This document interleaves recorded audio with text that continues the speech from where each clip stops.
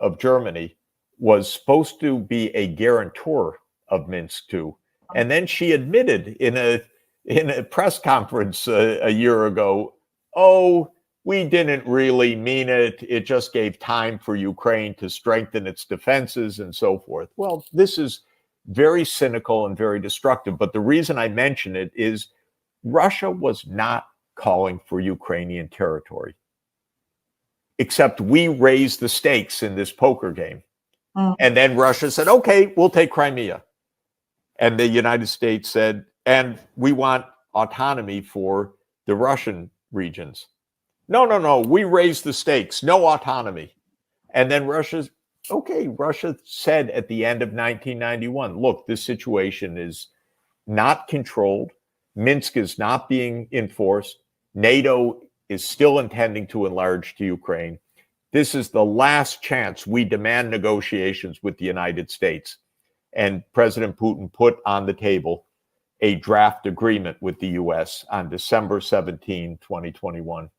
And the United States said, no, we're not negotiating any of that with you. That's arrogance. They did it again.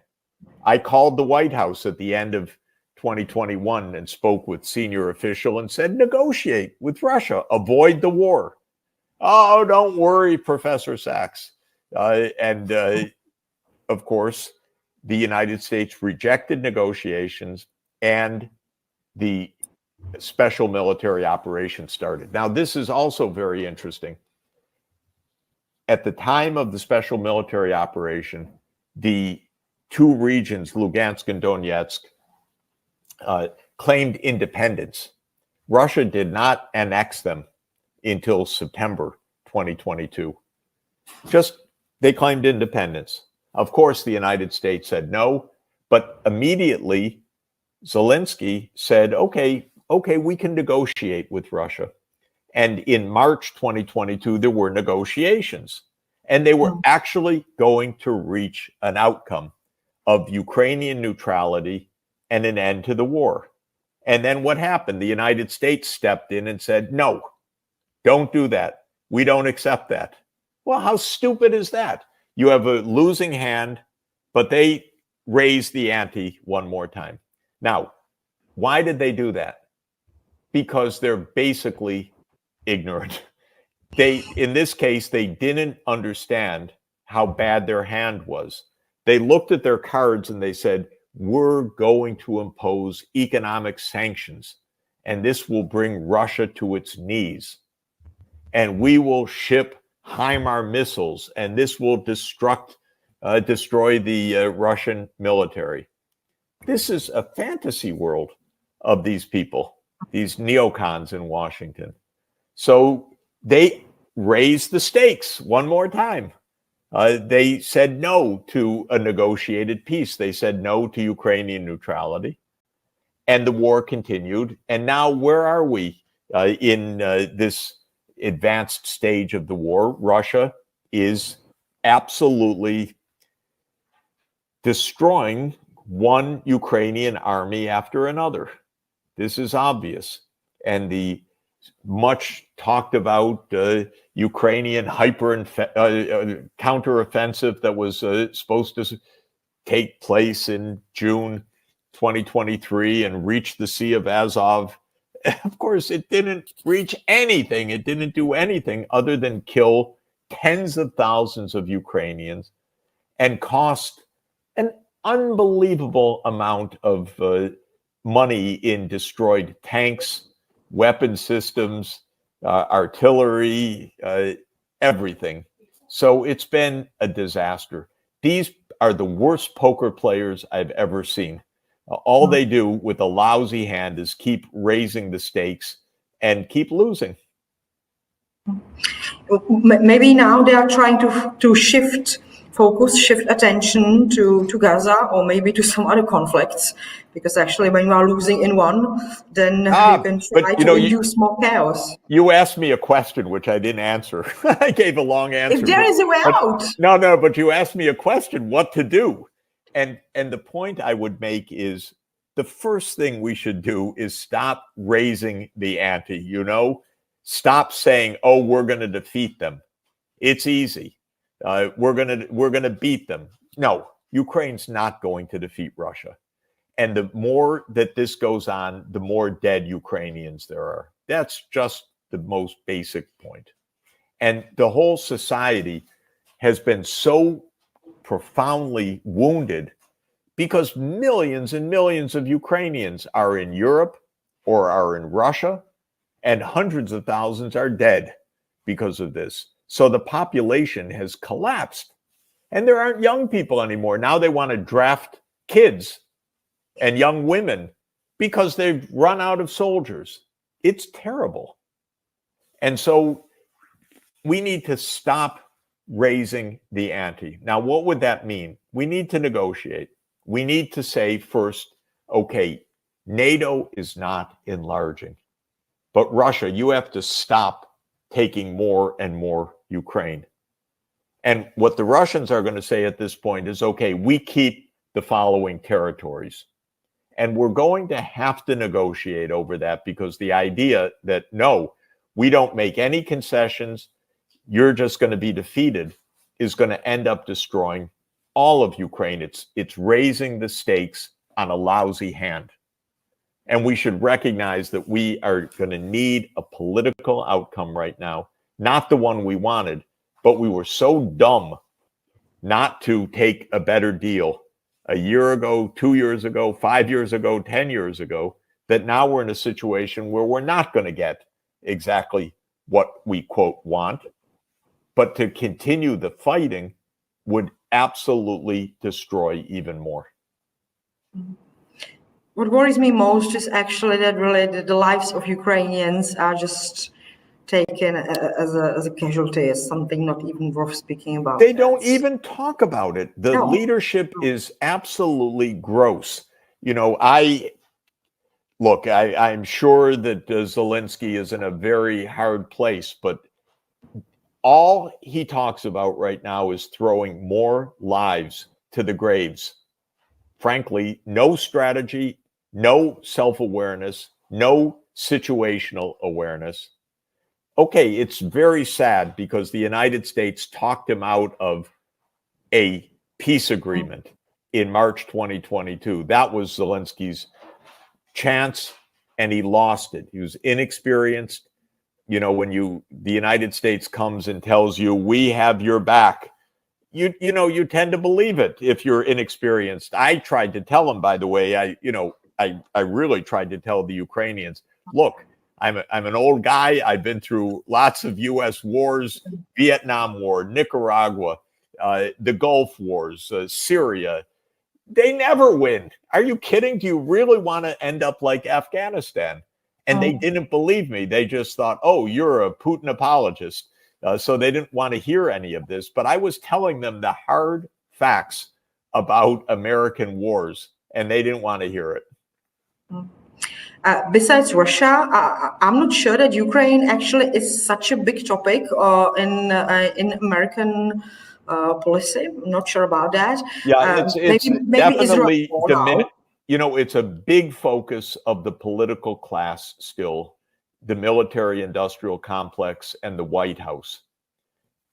Maybe for just political reasons that Biden doesn't want to admit what a lousy poker player he is.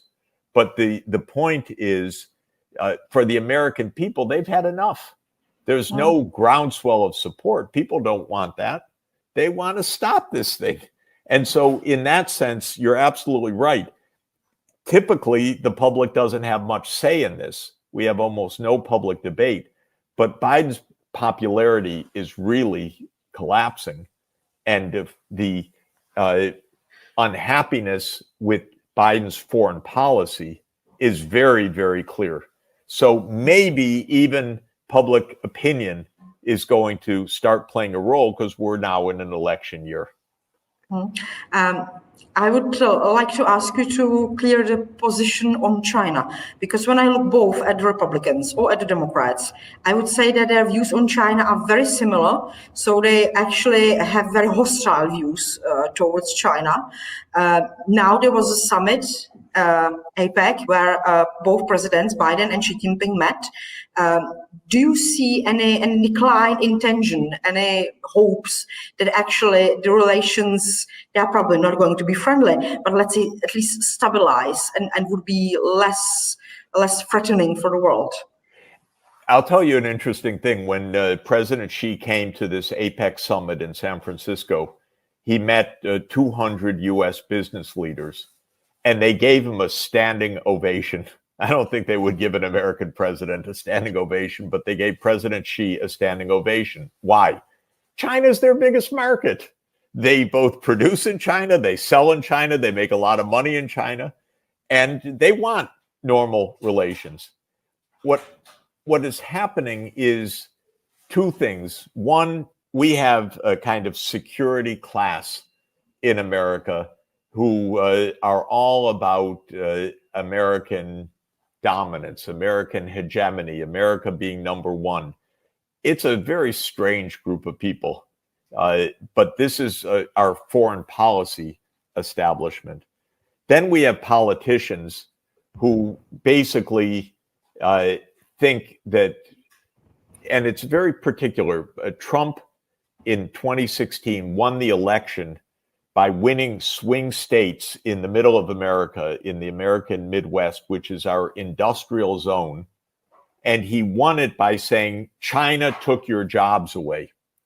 And when he made narrow victories in those states, the Democrats said, oh, we have to attack China in order to compete politically with Trump. So there are two reasons for the anti-China sentiment in the United States. One, and in the political class, one is this idea of America being the only dominant country. Well, I mean, you know, unless you're playing a board game like the game of Risk, you don't get to be the dominant country in the world when there are other big countries around. So this is arrogance, again, very misguided. Then there is this protectionist politics, which tries to appeal to a few swing states in the US elections. The upshot of this is that the political class, both Democrats and Republicans, are pretty united against China, pretty ignorant from my experience. They don't know China, they don't know Chinese history, they don't have any perspective. They play a dangerous game, like when our Speaker of the House, Nancy Pelosi, flew to Taiwan. So stupid. Sorry. Just why do you want to provoke another superpower? Thank you for saying that, because we have the same representatives who are also provoking China in this kind. Okay, don't provoke China. Be respectful. Just have normal relations. Don't provoke a superpower. Why? What is in it to poke a superpower? It's stupid. People should think.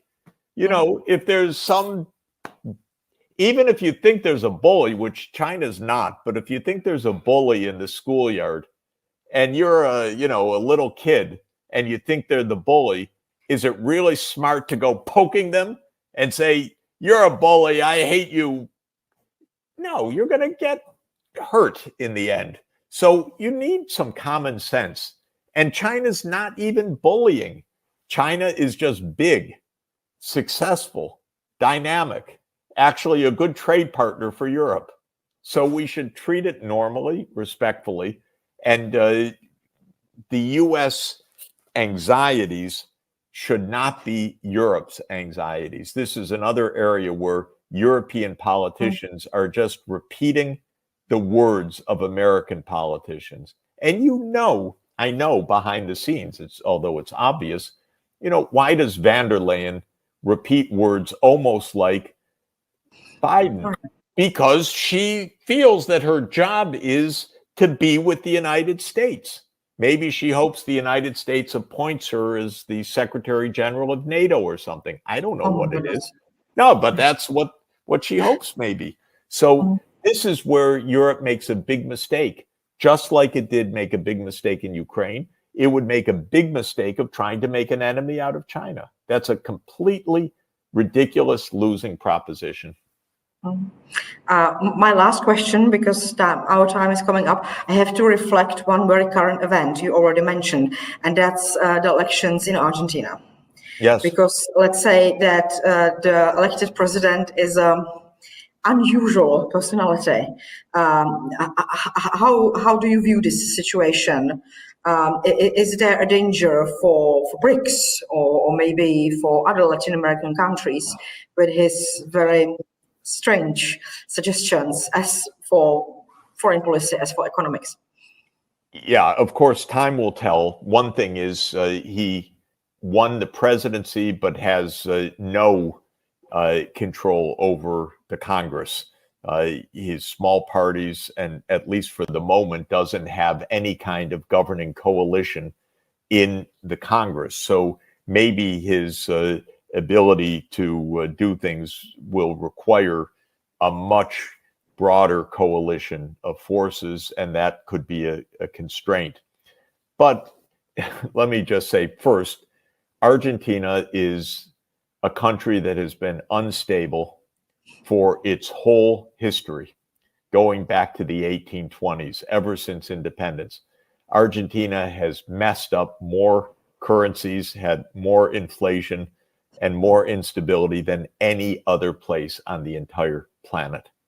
This guy won not because of what he says, but because of disgust with the outgoing government, which was delivering inflation of triple digits, more than 100%.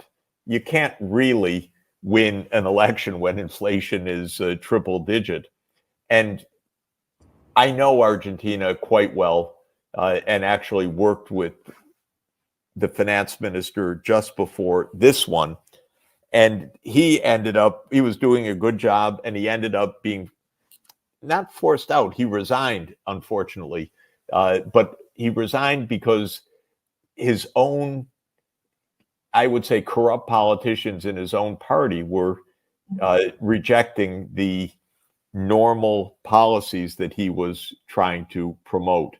So Argentina is now in yet another cycle of instability.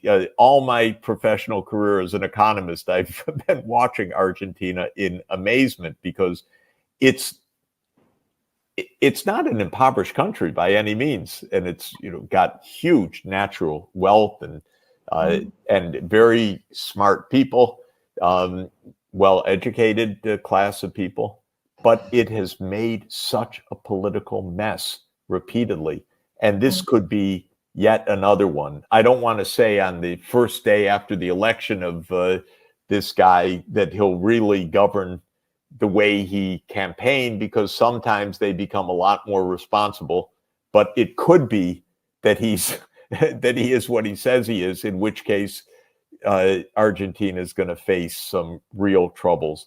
It's regrettable, because I'm a fan of the BRICS. I would like to see them work. Argentina is a new member of the BRICS group. Whether this guy stays in or out of the BRICS or gets kicked out of the BRICS, everything remains to be seen. But I only hope that this guy was making this as a persona, not as a real politics, because his real politics, if delivered this way, would be very, very detrimental to Argentina. Well, yeah, I take all of this very seriously, because we have a war between two nuclear superpowers. So this is a terrible situation. This is a war between Russia and the United States. The U.S. Does not have that many people on the ground. We don't know who really is on the ground in Ukraine from the U.S., but a lot of weapons are. Finance, intelligence. This is the U.S. is fighting this war, and this is quite clear. And that means two sides, each that have arsenals of 1,600 or so active nuclear weapons. in a war that is of tremendous significance for Russia on its border, and so far where the United States is saying we will continue to do whatever it takes to defeat Russia. Well, when you have superpowers talking in that way, you better damn take it as a big threat. And I have not appreciated the U.S. policies in this all along, because I think I'm actually a little relieved in a weird way that Biden said this, because I felt this all along. I felt that the U.S. policy was on a path of escalation and that they didn't have an off-ramp in their minds. By the way, there's an obvious off-ramp, and this is the whole point of this war, if you really know something about it from the beginning. And the off-ramp is that NATO says we're not going to enlarge to Ukraine, period. That was the off-ramp that would have prevented the war. That was the off-ramp that would have stopped this war in March, when Russia and Ukraine, under the mediation of Turkey, exchanged documents and said publicly, as well as the Turkish mediators, we're close to an agreement. Many of us think that the US rushed in and said, oh, no, don't do that. You know, we don't know ever with our government what's really going on, because they don't tell the truth. That just goes with the business of government, the way that it's viewed in Washington. But my feeling is that there are a lot of signs that the US has been against a negotiated end to this war, because my interpretation is that this issue of NATO enlargement is a deeply held objective of the United States going back to the early 1990s. It's as deeply rejected by Russia since that time. I've watched it on both sides. That's why we have a collision course that continues to escalate, and why we should take damn seriously this nuclear threat. But why Biden should ask himself, okay, well, good, he's asking what's the off-ramp. I'll give him the suggestion. We should never have suggested NATO enlargement to Ukraine, and we should stop now, because Putin was very clear at the end of 2021. Here are my red lines, and the core of them, the core of the red lines was neutrality of Ukraine. And I called the White House then, I said, that's good, that's actually right. That's not just a concession, that is right for all sides. The White House said, we don't like that. We believe Ukraine has the right to join NATO. I said, it's not a right, because it impinges directly on Russia's core security perceptions. You better talk. No, we're not talking about that. Well, they better talk. That's my bottom line. They really had better talk about this issue. By the way, you can't have Zelensky negotiating with Putin. This is a war between the US and Russia. And we need to have the President of the United States and the President of Russia talking with each other and avoiding Armageddon. That's, I think, the bottom line. And Zelensky, by the way, said he wouldn't even negotiate with Russia insofar as Putin is in power. So Zelensky's taking care of that problem already, I guess. Look, you know, I've studied the Cuban Missile Crisis all my life, all my professional adult life. I wrote a book about the aftermath of the Cuban Missile Crisis. I've looked at this issue in great detail. We came close to nuclear Armageddon exactly 60 years ago this month, by the way. And during that period, one of the provocations was Castro saying, fire, telling Khrushchev, you know, make a preemptive strike, just what Zelensky's doing right now. You could kind of understand it, but you know what Khrushchev said when Castro said, you know, you should make a preemptive strike? Khrushchev said, my God, this is supposedly our ally who would end the world. We better negotiate. We better speed up the negotiations, because this is not stable. And when Zelensky says these things, I'm horrified. And yeah, they walked it back, but he didn't say sanctions, by the way. He said preemptive strike, and Zelensky has said similar things. And they talk recklessly, maybe understandably given their circumstance. I don't think so. I don't like it. And I think it shows how unstable this is. And by the way, during this whole period of this proxy war, where this is really a confrontation between Russia and the United States, we have pretended that it's a confrontation only between Russia and Ukraine, first of all. And we've said constantly, whatever Ukraine says, this is, that's the right thing. And so we're kind of giving carte blanche to the most extravagant, dangerous, provocative statements. And another example, okay, we don't know for 100%, but let me do a little quiz. Russia is in control right now of the Zaporozhye nuclear power plant. It is being shelled. We hear that's very dangerous, which it is. You shouldn't shell nuclear power plants. Now, one side controls the plant. So who is actually shelling the plant? Well, our media say, oh, we don't know who's shelling the plant. And they can't put one and one together to say, well, if Russia's in control of the plant, maybe they're not shelling their own plant. Maybe it's Ukraine shelling the plant. Well, I can tell you, I speak to a lot of people. It's almost surely Ukraine shelling the power plant. And we can't bring ourselves to express a simple truth. And that hurts because they continue to shell the power plant with impunity. And we should say, stop shelling the power plant. Yes, it would be good if you had control of the power plant, we can say to them, but don't shell a nuclear power plant. But we can't even find those words. That's the problem, because we're kind of faking the whole thing as if this isn't a US-Russia thing. Then we say, okay, do it, go, defeat Putin, that's great, that's what we want. Defeat the guy with 1,600 active nuclear warheads and several thousand more in reserve. Go ahead, go do it. As if this isn't our Armageddon that we're heading to.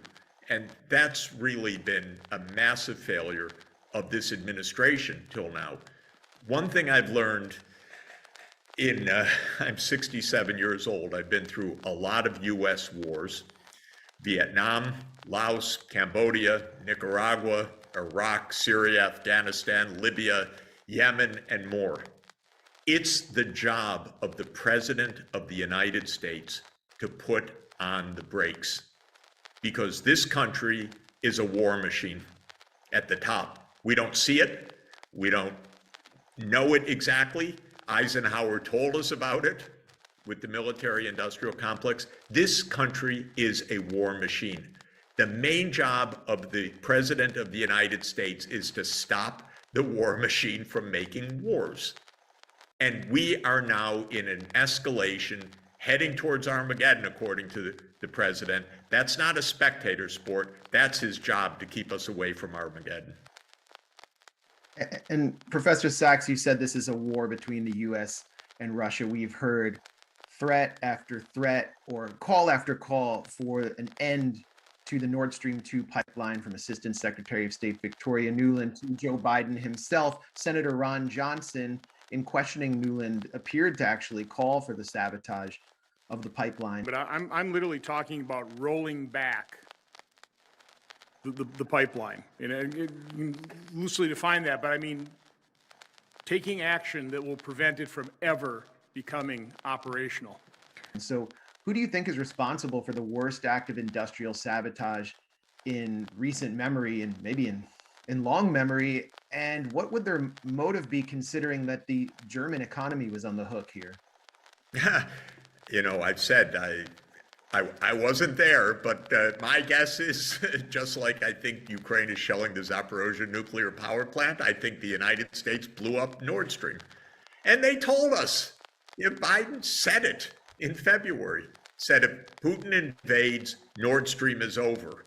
And then a reporter said, well, what do you mean, Mr. President? How are you going to do that? He said, we have our ways. We have our ways. We will bring an end to it. But how will you do that exactly, since the project and control of the project is within Germany's control? We will, I promise you, we'll be able to do it. Come on. Who controls the airspace? Who monitors the airspace? Who has the means to do this? Who said we're going to do it? Who said afterwards, this is a tremendous opportunity, this new situation, a tremendous opportunity to permanently wean Europe from Russian gas? That would be Secretary of State Blinken. Who said, thank you, USA, tweeting a picture of the burst pipeline? That would be Radek Sikorski, former foreign minister of Poland. And by the way, you know, I've been in touch with reporters in papers that say we don't know, or even worse, who say Russia did this. And then I talk to very senior reporters, and they say, Jeff, of course it's the U.S. What do you think? But it doesn't get into our news. My guess is that we're going to hear from Europe's investigators in a week or so. Very hard. We don't know. Trail went cold. Very hard to tell. We'll keep looking, but we don't know. But terrible blow, terrible blow. That would be consistent with the U.S. doing it. And the fact that things went a bit quiet after this, rather than parliamentarians throughout Europe demanding our core infrastructure was blown up, tells me that they're told, keep it quiet, keep it quiet. We don't really want to know exactly what happened. So I can't prove this, but it sure does, to my mind, put all the suspicion on the U.S. side. Warnings, motive, capability, subsequent behavior, strange statements. To my mind, it adds up. I don't think Russia would blow up its core infrastructure. That doesn't make sense. And anyone else that did it would, you know, with Poland or Denmark or anyone else, that would be NATO, that would be with the US. President Joe Biden has said, Professor Sachs, that there will be an investigation into what he has deemed an act of deliberate sabotage. He said he'll send divers down, which is interesting because he knows that divers can reach it. But do you think that this investigation will be a whitewash like the kind we saw the Organization for the Prohibition of Chemical Weapons carry out, where inspectors were actually censored and even attacked by OPCW leadership around the Duma Syria chemical weapon attack allegations in April 2018? And what do you make specifically of that allegation? My colleague here, Aaron Mate, has done as much to expose the cover-up as anyone, so it's a real issue of interest here. Well, on this, you know, the pipeline, the U.S. can't be the one investigating if the U.S. is the most likely culprit. I mean, they can, but we're not going to find any credibility in what comes out of this. So I think the idea of an independent and transparent investigation would be great, but I'm not holding my breath. So the U.S. may say something. Again, I'm 67 years old. It took me a long time to grow up to know that almost everything we hear is not true. We are a security state. We have a secret state, which runs most of our foreign and military policy, of course, and we don't hear the real thing. So I'm not putting too much stock in what the U.S. comes up with. I'm a little more curious about what the Europeans say. It's their infrastructure, after all. It's their economy. It's their gas pipeline. And you would think that they might be interested in actually knowing. But what's also true is that if they do find out or they do know, which I presume they do, they're not speaking also because, you know, the U.S. they think is their security umbrella. I think the U.S. is the great provocation that threatens Europe just about as much as anything right now. So I don't know if we'll ever find out the truth, but frankly, there are so many issues that we never find out the truth about because we never really look. And when you have a state based on secrecy and impunity and, like in Love Story, never having to say you're sorry, the CIA doesn't say, oh, we made a mistake, so sorry, let's have a careful review of what we've done. we're not going to find out about Syria. We're not going to find out about this, not from the U.S. at least. On Syria and the chemical weapons, I listen to you guys. I'm not enough of an expert or inside to know, but what I do know as a very basic point, the U.S., of course, really instigated the war in Syria in 2011. It was the plan, like 100 times before, to overthrow Assad. President Obama signed a presidential finding to task the CIA to work with Saudi Arabia and others to overthrow Assad. This was Operation Timber Sycamore. What is amazing to me about the whole thing is that there's almost not been any coverage, review, explanation of this. We heard only this is a civil war. That's what we heard again and again. And then we hear even more extraordinarily, Putin intervened in Syria. Look what the Russians have done. Putin intervened years after the US took action to overthrow Russia's ally. But we can't get this story told. I think the New York Times covered Operation Sycamore one day, if I remember, something around 2016. Nothing beforehand, nothing after.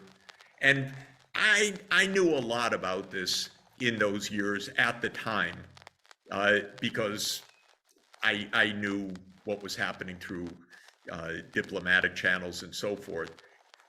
It was like reality here, weirdness of our mainstream media here, and a narrative that was completely devoid of facts for years.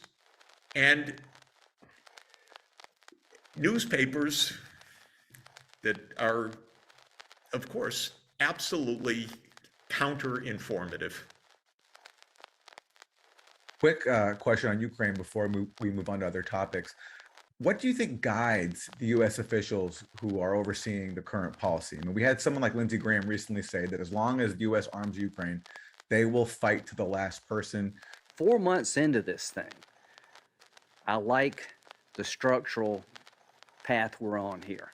As long as we help Ukraine with the weapons they need and the economic support, they will fight to the last person. Do you think that's the prevailing mentality right now? And why are they so determined to sacrifice Ukraine in this war against Russia?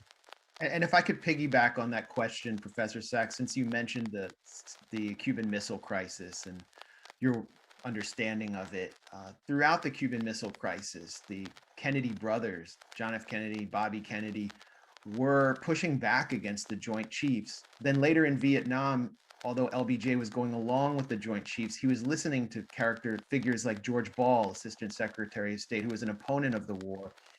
Do you have any insight into the thinking of the Biden administration? And is there anyone there who is resisting this drive towards nuclear escalation?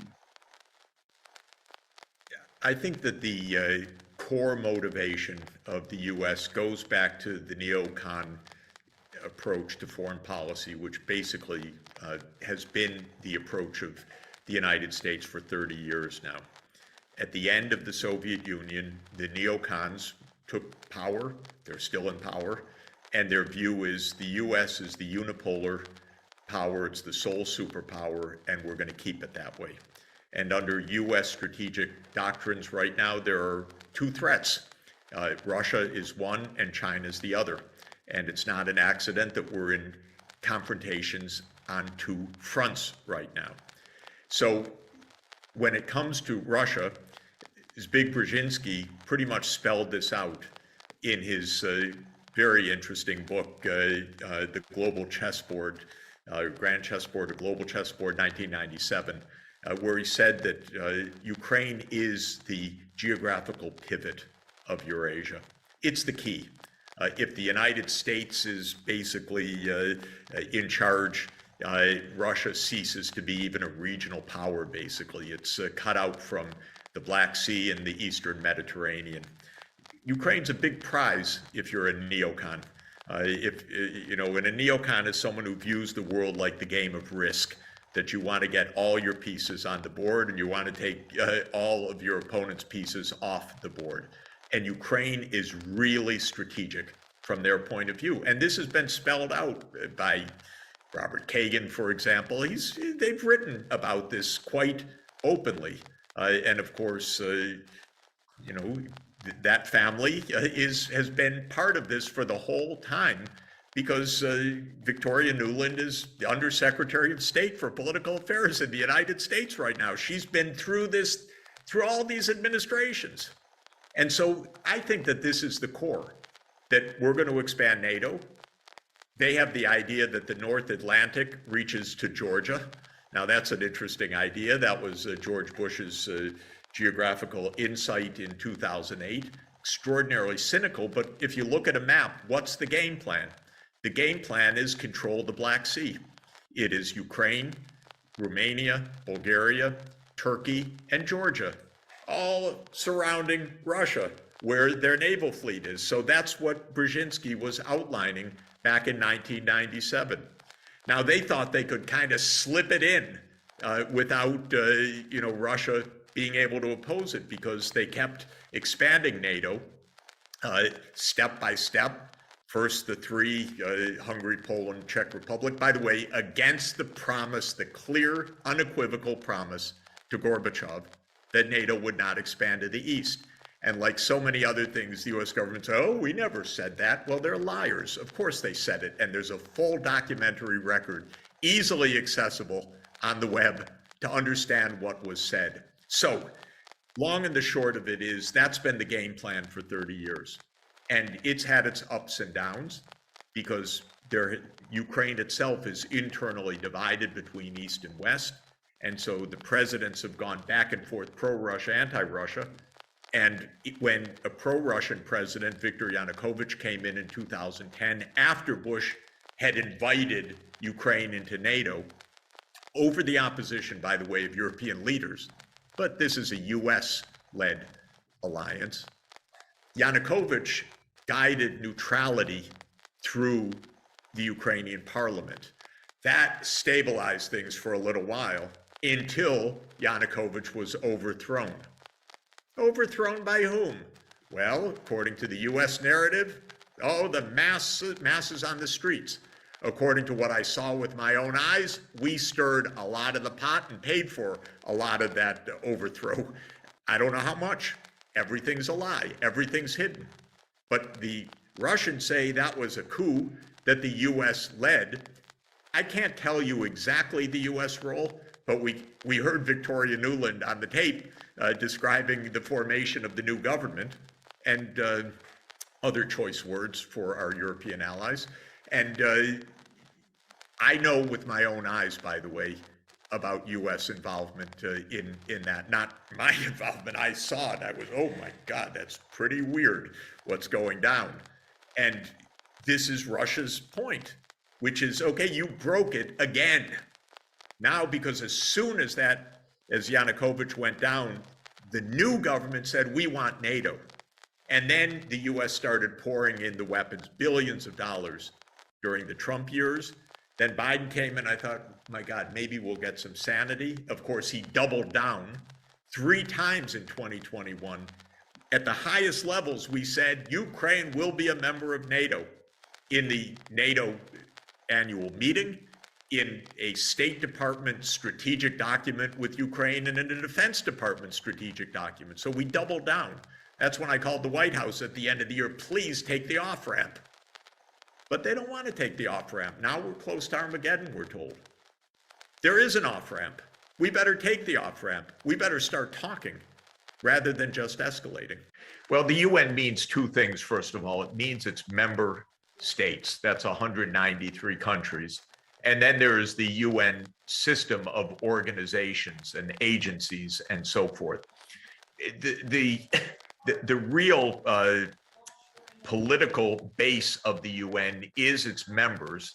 And in 2 senses, there's the General Assembly, which includes all countries, 1 country, 1 vote.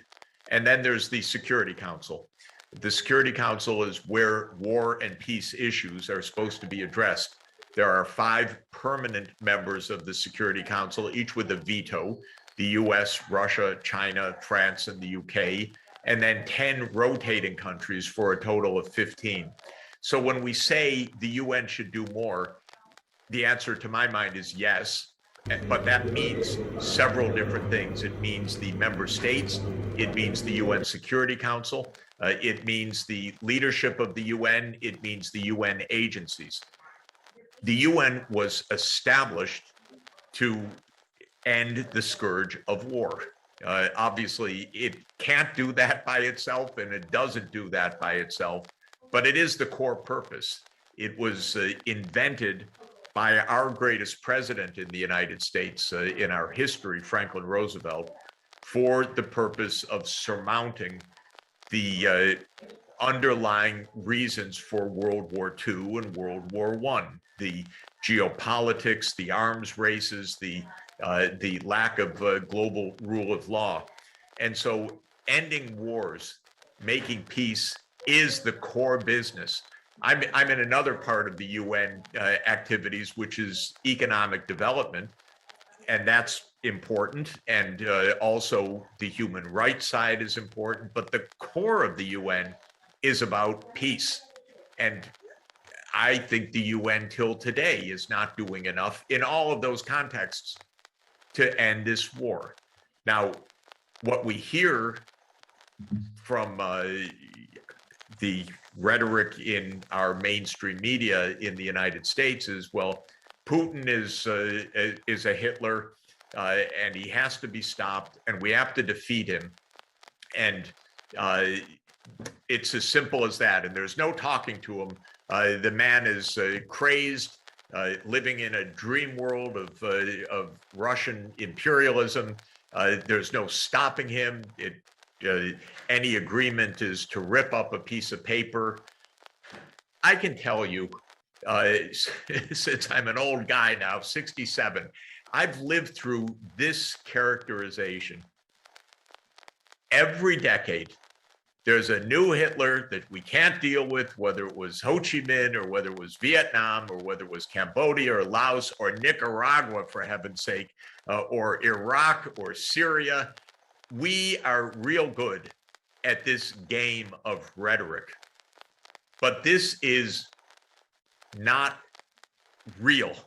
And since I am all over the world, virtually all the time, speaking with world leaders, what we hear in our media is propaganda. It is not real. We should be negotiating. Actually, Biden refused to negotiate with Putin in 2021 because Putin raised a very specific set of points. One was NATO enlargement. And then there's a chorus here that says, oh, that's a phony issue. That's a red herring. That's fake. That's not fake. I've been in this issue since 1990, when the West promised Gorbachev no NATO enlargement. We're liars. I'm sorry to put it that way. We cheated. We continue to do this. And then Biden refused to negotiate. Okay, that's straightforward, except it's not the way the story is told. Then there is the question of Ukraine itself, which is an ethnically divided country because there is a significant Russian minority. And those are real issues, by the way, although war is not an answer to them in any sense. But there was a very complicated, very difficult conflict where the U.S. was stirring the pot also back in a decade ago, and especially around 2014 and 2015. And there were actually agreements reached for the area where the fighting is raging right now, for the Donbas region. And the agreements were called the Minsk I and Minsk II agreements. They were signed by the Ukraine government. And then the government said, no, we don't want to do those. And when Putin says, well, what about the Minsk agreements? he is shouted down or ignored. Oh, they don't exist. They were unfair. They were this, they were that. They were actually agreements. When I say this, oh, I can only tell you how many emails I'm going to get from, Ukrainian Canadians, Ukrainian Americans. Sachs, are you crazy? What are you saying? But the truth is, diplomacy is crucial if you're going to avoid wars. Signing agreements matters. You can't just walk away from them. That's true of Russia, I'm the first to say. It's true of Ukraine also. It's true of the United States also. And so we actually should be sitting down and negotiating. And all of our media don't discuss substance of what this war is really about, or what its roots are, or even what the claims of Putin are. Just say repeatedly, he's Hitler, he's a madman, he's out of control, there's nothing to do but defeat him. That's our mantra. That kind of mantra can get us all killed if we go down this road, because it's false and it's extraordinarily dangerous. Because, like it or not, we don't like it, but Russia has 1,600 active nuclear warheads, and we don't even want to sit down to talk. And shame on our government not to have diplomacy with Russia. At least sit, talk, discuss, and explain. We don't do that. We just say victory, victory, victory on the battlefield. Well, I'm not in it for that, because this is a very dangerous and very unwise approach. It's incredibly destructive, and escalating this crisis is, as you mentioned, it only gets scarier, more damaging, and more destructive from there. So what would a reasonable outcome be from your perspective? What, if you're President Zelensky, what would you accept to get to a peaceful resolution to what's going on now? This agreement was actually on the table back in the end of March, and then Ukraine walked away from it, from what I understand, because the U.S. told them walk away from it. We're providing the weapons, and the U.S. and even more the U.K., which is a more experienced empire than the U.S. and has a mindset, even though it's the empire is long gone, but they still have a imperial mindset that is even more imperial than our mindset. They said to the Ukrainians, don't negotiate. You don't have to. Just beat them on the field.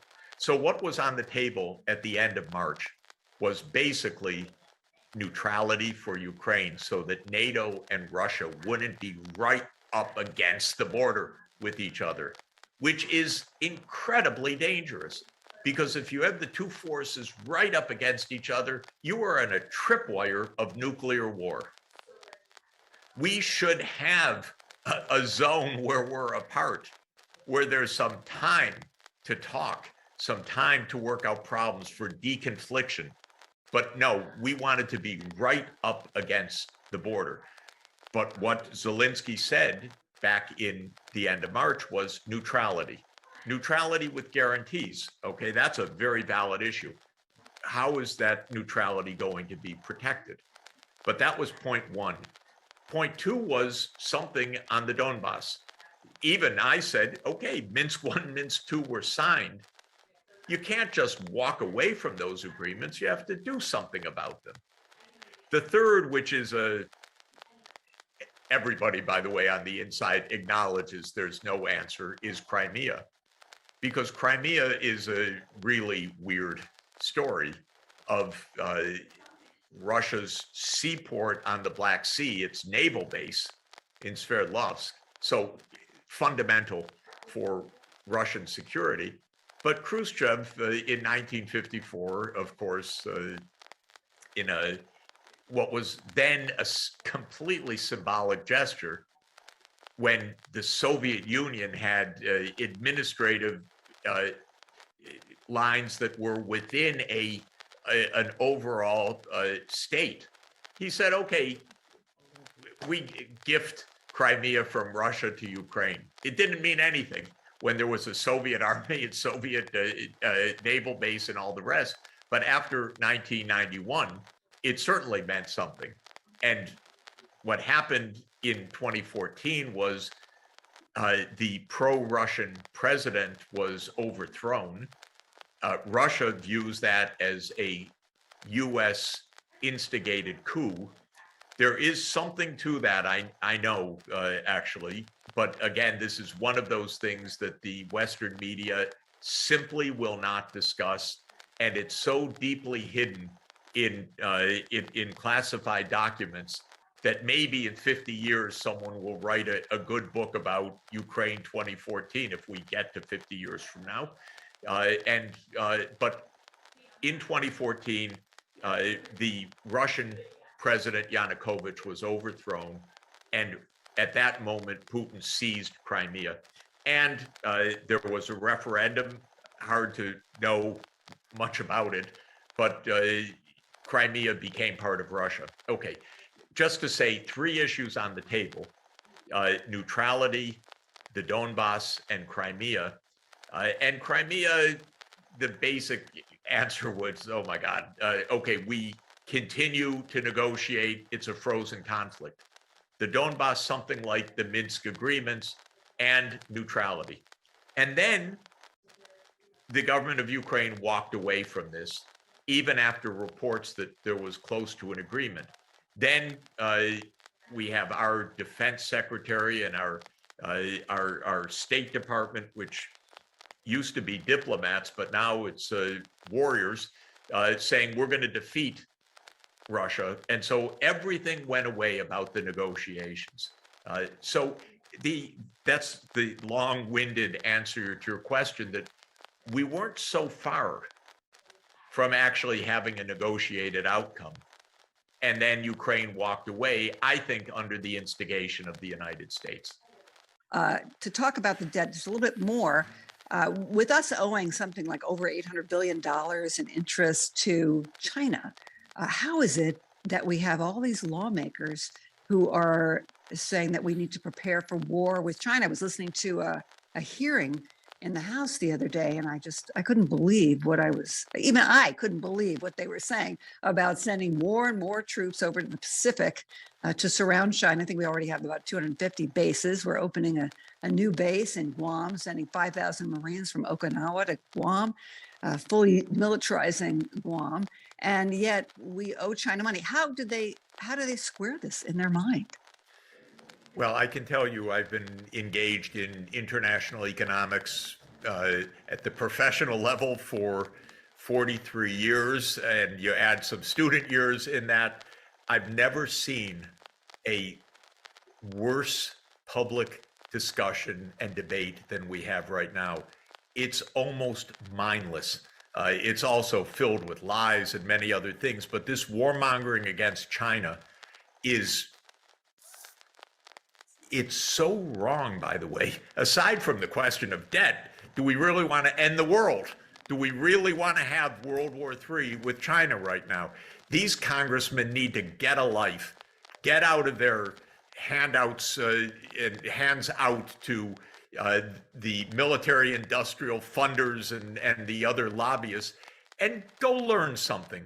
Go to China, go have some discussions, go see something, because what they're talking is nonsense, and it's going to get us in deep, deep trouble. So when it comes to the question of the drumbeats of war with China, much more than the debt issue and the economy issue, I'm worried about the survival issue. And I just see so much ignorance in Congress, but maybe it's not ignorance. Maybe they're just expert at fundraising for their reelection campaigns, and that's all that matters to them.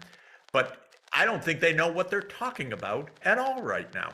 Well, I would agree with you on that. I think many of us at Code Pink would agree with you. And there are some of us who believe that this war in Ukraine is really a prelude to what people like Victoria Nuland, number 3 in the State Department, who was there in the Maidan Square in 2014, encouraging the coup and engineered the transition government, want to see, which is the next war with China. God forbid, right? We know that would be an absolute disaster. Overseas, a lot of people call this the Nuland administration, not the Biden administration, because Nuland has been there. She was Cheney's advisor. She was the Bush ambassador to NATO when the NATO enlargement to Ukraine and to Georgia was put, this disastrous idea that got us into this was put into the NATO agenda, by the way, over the huge objections of the Europeans at the time. She was the ambassador to NATO under the Republicans. Okay, then she stays, and then she's the point person for the U.S. role in the overthrow of the Ukraine government in February 2014 that starts this war, because people need to remember, just get on a website and look at it. Even they're admitting it. This war did start in 2022 with Russia's invasion. This war started in 2014 with the violent overthrow of the Ukraine government. And go listen to Nuland on tape several weeks before the overthrow, talking about who the next government would be in Ukraine. She's already plotting this with the U.S. ambassador to Ukraine, Jeffrey Piot, on a phone call that was intercepted. It's unbelievable. She was then Assistant Secretary of State for European Affairs. Now she's Undersecretary of State for Political Affairs. So she's that deep state, the one that transcends the political parties, that shows this is not Democrats and Republicans. This goes back to Cheney, to Bush. This goes to Obama administration. This goes right up to Biden. Come on, what is this? And we've known all along. Our own diplomats, William Burns, who in 2008 was the U.S. ambassador to Russia, cabled home, and people can find it online because it was covered by WikiLeaks. They can find William Burns' email cable that says, my God, if we push NATO enlargement, this is absolutely a Russian red line. And the Russians have explained, don't do this, why this is so dangerous. And Nuland, okay, close your eyes, just go ahead, everything will be fine. And not everything's fine. Now we're in the middle of one war and at risk of another war, and nothing is fine. Nothing is fine. I want to ask you, back at the debt, on the topic of the debt, there are those, Jeffrey Sachs, who say, you know what, we don't have to worry about the debt, so-called debt crisis, because our dollar is not backed by gold. We can just keep printing dollars. This is, I think, modern monetary theory. We can afford whatever we want. What would you say to them? Well, it's technically right. What you do, technically, the Treasury borrows from the open market, and then the Federal Reserve buys that debt from the bondholder, puts money into the economy, and takes the debt back onto the books of the Fed. So it's no longer owed to the public. The debt is now owed to another unit of the government. But what happens is the money supply has gone up. So it is printing money to finance the war. The problem with that is that, again, you can do it to an extent, but if you do it too much, you get inflation. And in 2021 and 2022, we had a blowout of the money supply. I've been a monetary economist for 43 years, I mentioned, international. I never saw it. In fact, it never happened before, such a large increase of the money supply. And then you start having inflation. The first inflation was that every crazy cryptocurrency soared in value, and then the stock market soared in value, and asset prices soared in value, and non-fungible tokens soared in value. But then it got into the commodities markets.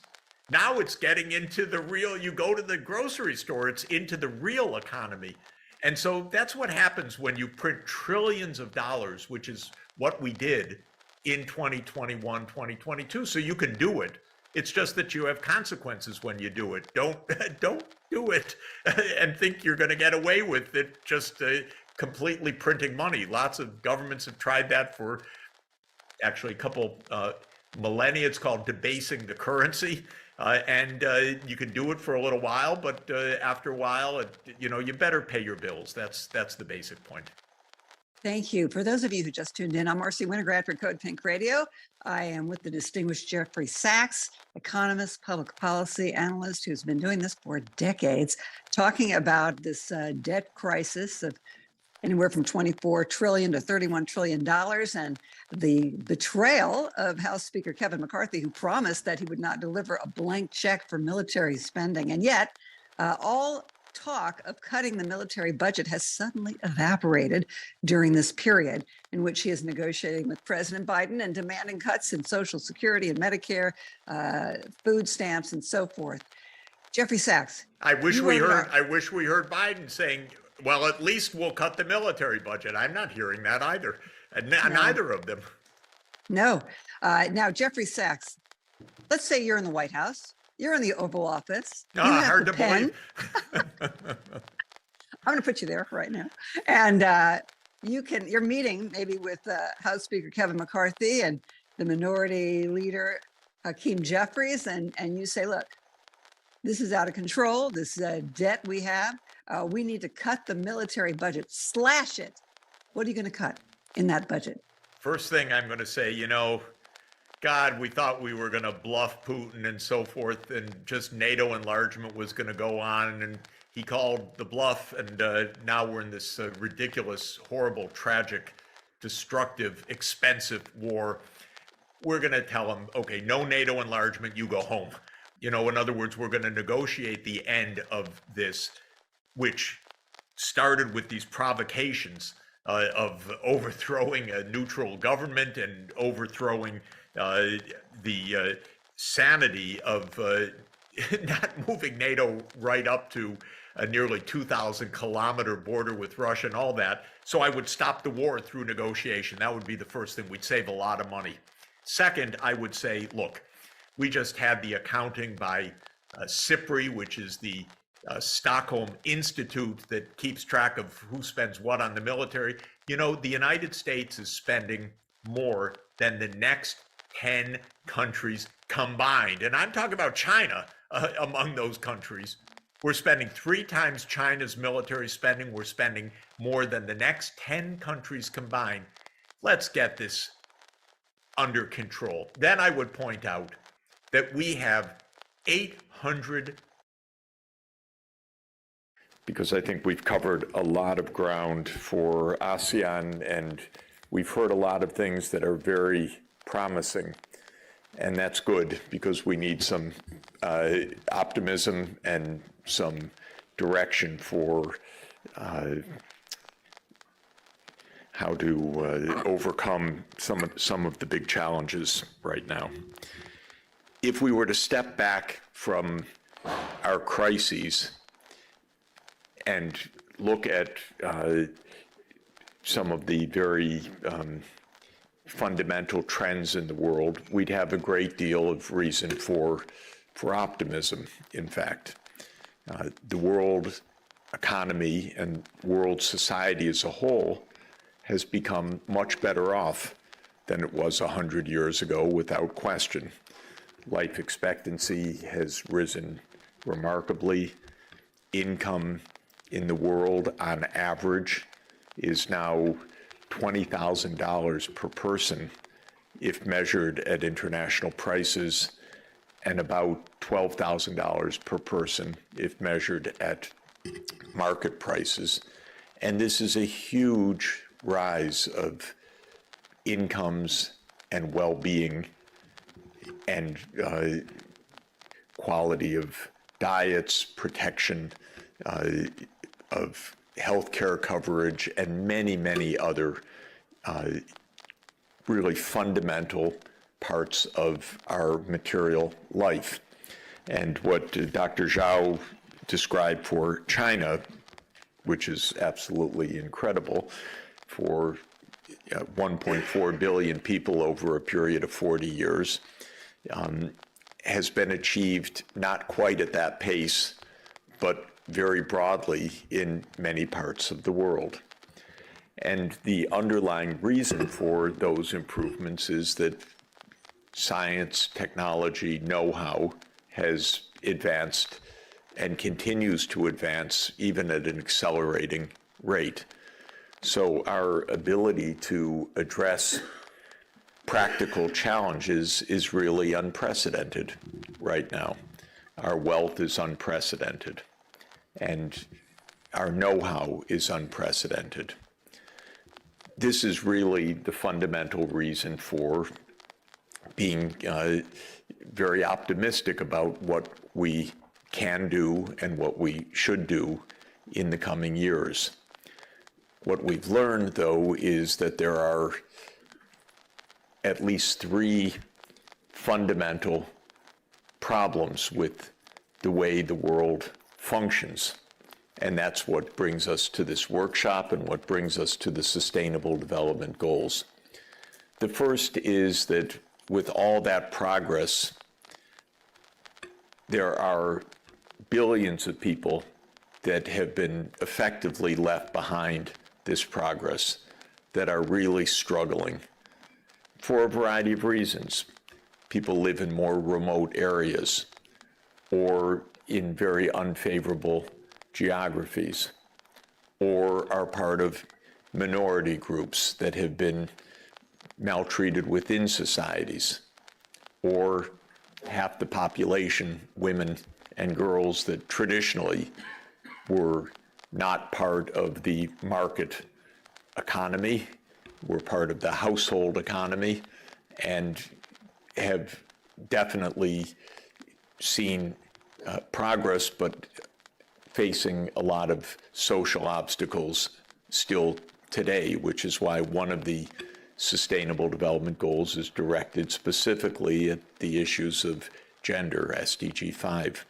So one of the three huge challenges is that we have a rich world and a lot of very poor and suffering people within that world. And that's just, I think for most of us, humanly unacceptable. And indeed, when the UN was established in 1948, all of the member states agreed that there should be basic standards of life for every person on the planet, because they're people on the planet, because they're human beings, and the world is productive enough to ensure the dignity of everybody. And that's why the Universal Declaration of Human Rights was adopted. And I regard us still trying to honor that declaration, which seems to me to be the basic point. So problem number one is the very uneven development, the fact that there is still today a significant part of the world that lives in really abject deprivation. And that's a first challenge. And I think it's ethically probably the number one challenge, because extreme deprivation in a world of plenty is absolutely destructive of all of our humanity if we don't solve that problem. So that's why SDG 1 is end extreme poverty. Straightforward. And SDG 2, the second highest priority, is end hunger, for heaven's sake. Of course, there are big challenges of how to do it, but I will say in a world of wealth and knowledge, this is definitely within reach. It's crazy, to my mind, that if the average income is $12,000 per capita, there are people living at a few $100s per capita, and the world just goes on as they suffer and die young and face terrible hardships. The second big challenge, the huge challenge, the puzzle that is even harder than the first one conceptually, is that we discovered about 50 years ago that the nature of our economic development, all that wealth that I just talked about, is environmentally destructive, because the much vaunted economic processes don't take care of their physical byproducts. And some of them were not understood till 50 or 100 years ago, like greenhouse gases and their effects on climate. That required a scientific breakthrough of a quite deep order to understand that. It came by the end of the 19th century, and then it took at least 75 years to create measurement systems to verify the science. And we've more or less known from around 1980 that humanity is really changing the climate in ways that could be dangerous. And we're still struggling with that fact, because what brought us that wealth in the first place, starting in the 1800s, was fossil fuels. And then we discovered about halfway through, oh, those are dangerous. That's not good. So this is the second big problem, is that we have an economic system and a set of laws, rules, regulations, a global commons, the open seas, and many other factors of our economic system that mean that the scale of production is now self-destructive. And as I say, we've understood this intellectually at least for about 50 years. It was 50 years ago that the first conference on this fact took hold. It was 51 years ago that the first good book about this, Limits to Growth, was written and made clear that there was a real problem. And we've not finished solving that problem. But let me stipulate the following, just like I did for the first one.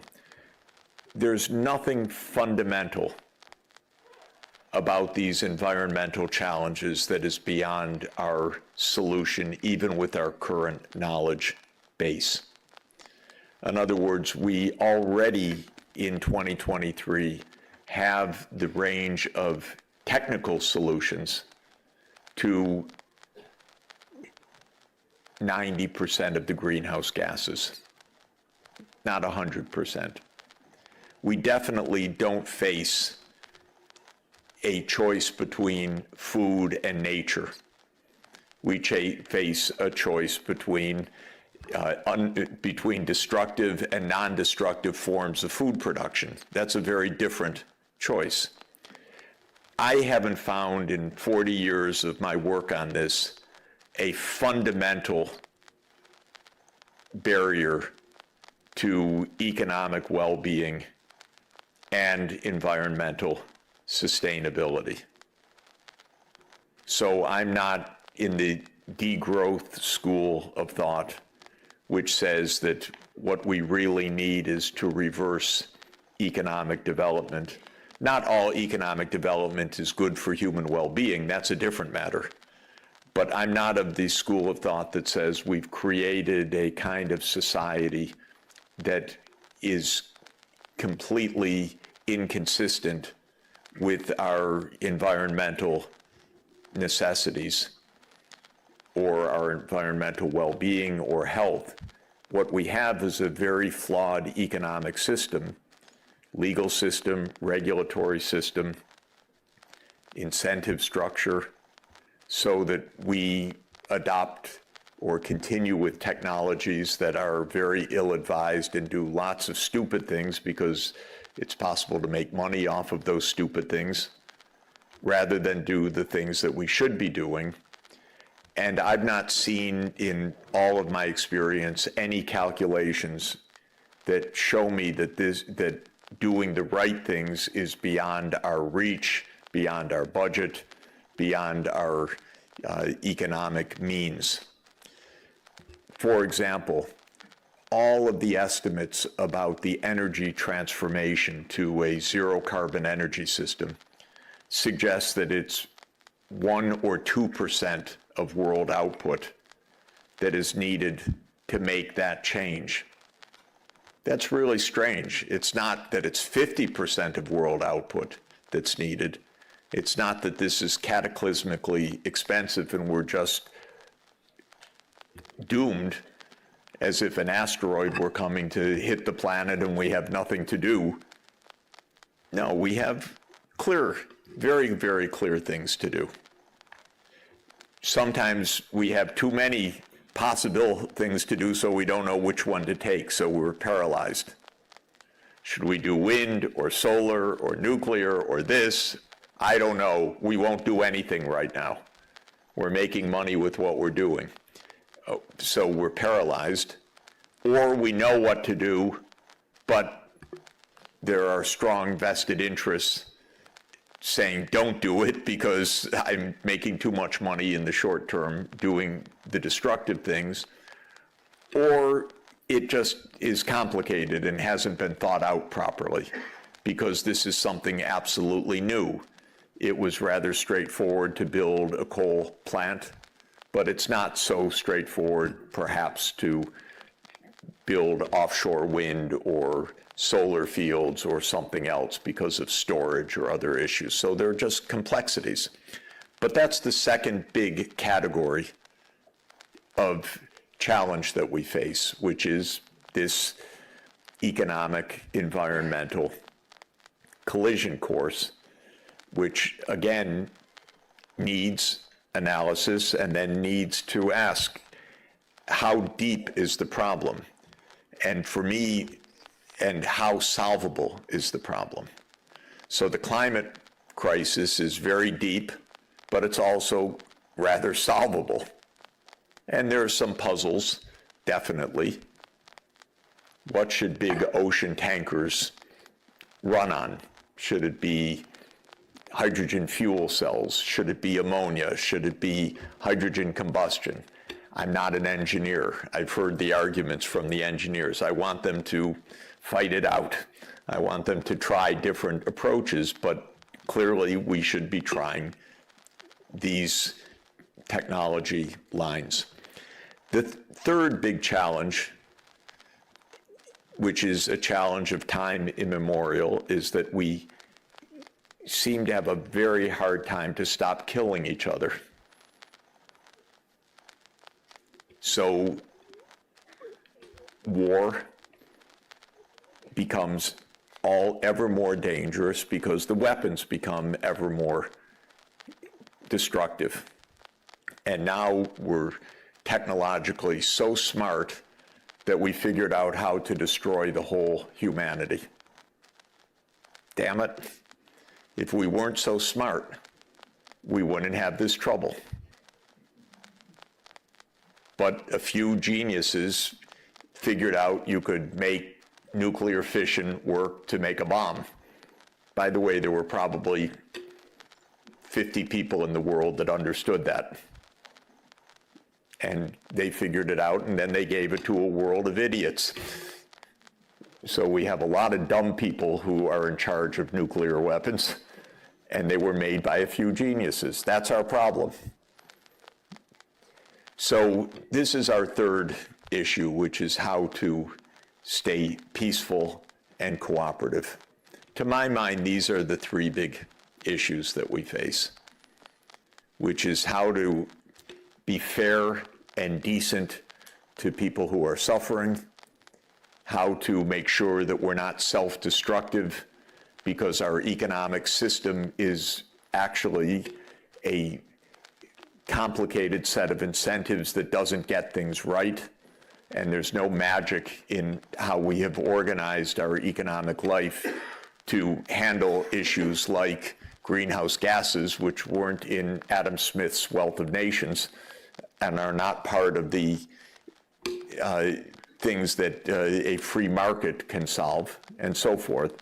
And the third is this interminable problem that if you read human history, we've been fighting with each other most of the time, but there are also glimmers of hope that there are long periods of peace, and we also have institutions for peace just like we have institutions for war. One of the things that makes me quite optimistic about China's rise is that China has been much more peaceful in its history than just about any other region of the world. And the amount of interstate war of China over the last 2,000 years is actually quite low. It's basically been wars of pastoralists coming from the north and sedentary farmers trying to fight them off. And that's been most of China's wars for 2,000 years. If you look at Europe's wars, it was just kill each other across the divide for 1,000 years, nonstop. So China at least has a peaceful tradition, and I think it fits actually with this idea of harmonious society, with the idea of global civilizations and so forth. I'm quite an optimist, I have to say, about that, because I think it actually there's a deep rootedness. So that's all we have to do. End poverty, protect the environment, stop killing with each other. All right? So, thank you. No, okay. So what do we do? To my mind, the basic thing is we should think hard about each of those things and then come up with plans. That's the most basic idea. That sounds so dumb. Why am I saying that after 40 years? Don't I have anything more intelligent to say? And the thing is that the way that our social systems work is not to think and then solve these things. And that's very interesting. Our economic system is designed around a different principle, which is let people do what they want, get rich, go find your job, go buy what you want, but not solve problems. So in economic land, it's not oriented towards solving problems. It's oriented towards doing your thing. Businesses are supposed to go make profits, and we're supposed to be good consumers, and we're supposed to be smart in the job that we pursue. But at least in market economics, which became the dominant ideology of the Anglo-Saxon world and then the world, it isn't to solve problems, it's go do your thing. So don't expect the answers to these problems to come from the economic sphere or from the business community. It's not their job. Their job is to run a business. It's to make money. So that's problem number one, that we don't think in the economic sphere about end goals. We're supposed to just do our thing. And then politicians. In most politics, it's not about solving problems. It's about maintaining power. And that's even the goal. And you have experts on maintaining power. All the politicians have little Machiavellis around them, handing them, this is what you need to do to stay in power. And that's your goal. And so politics, at least in my country, has very little to do with any goals. I don't know what any American goals are. We have no goals. We have some heroes, our founding fathers. We love the Constitution. We like the July 4th Independence Day, but we have no goals. And even when I hear Dr. Zhao talk about China's goals, you could not have that in the United States, stating those goals, because that's socialism. You're not allowed to have goals. So politics is not oriented towards solving problems. Really, it's management of power, competition for power, holding on to power, benefiting from power. And so we don't see from our governments most of the time these big goals and how to solve them. I really think China's been different in this period, the last 40 years, from most other governments. And I think the success is a result of that, actually, that it's really, and why? Well, I think this is a very interesting question, but a few countries at a few times have very clear goals. Maybe because of survival, maybe because of their past history, maybe because they have a successful neighbor, so they want to imitate the success. Maybe, like in Singapore, because a genius came, Lee Kuan Yew, and he had a very, very clear idea.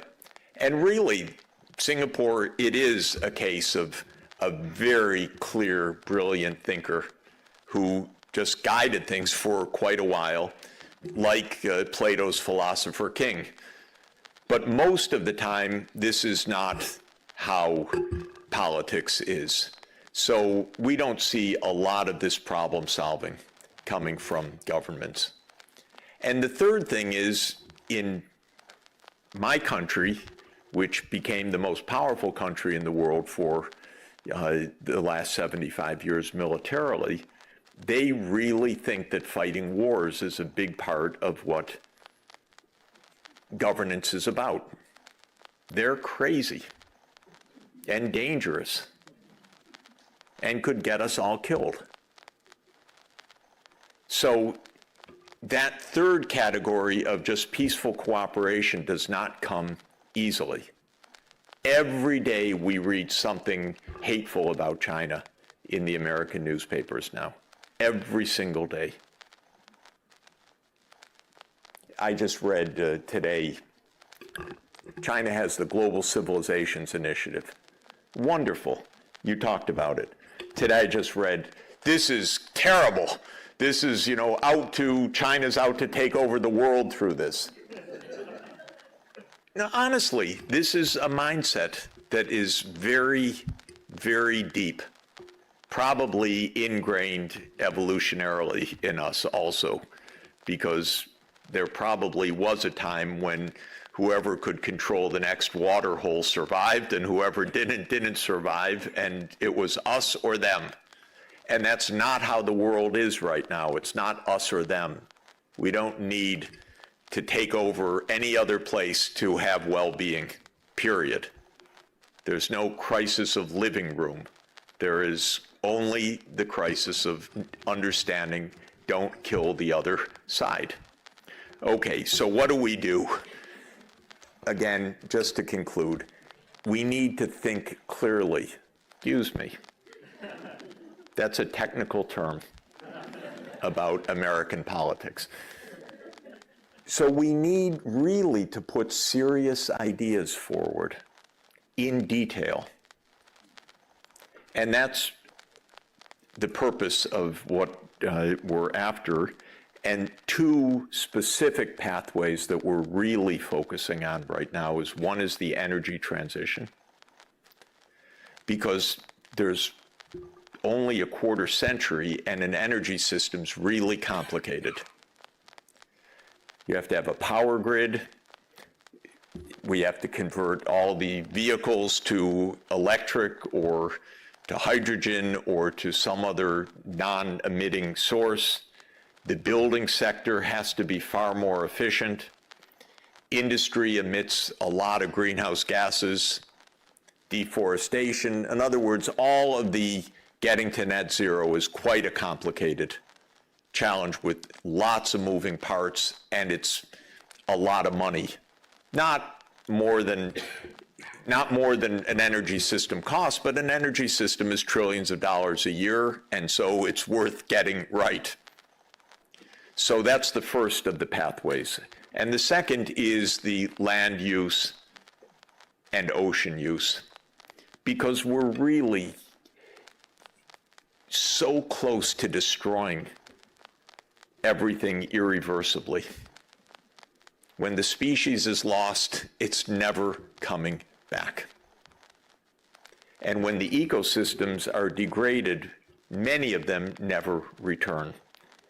And if we pass climate thresholds, we're just going to spend the next century in disaster of calamitous sea level rises, storms, heat waves, and so on. So we're very close to that. So those are the two main pathways that we are really focusing on: the biological and its association with food production and with other agricultural production. And for this region, that's central, because this is a biodiversity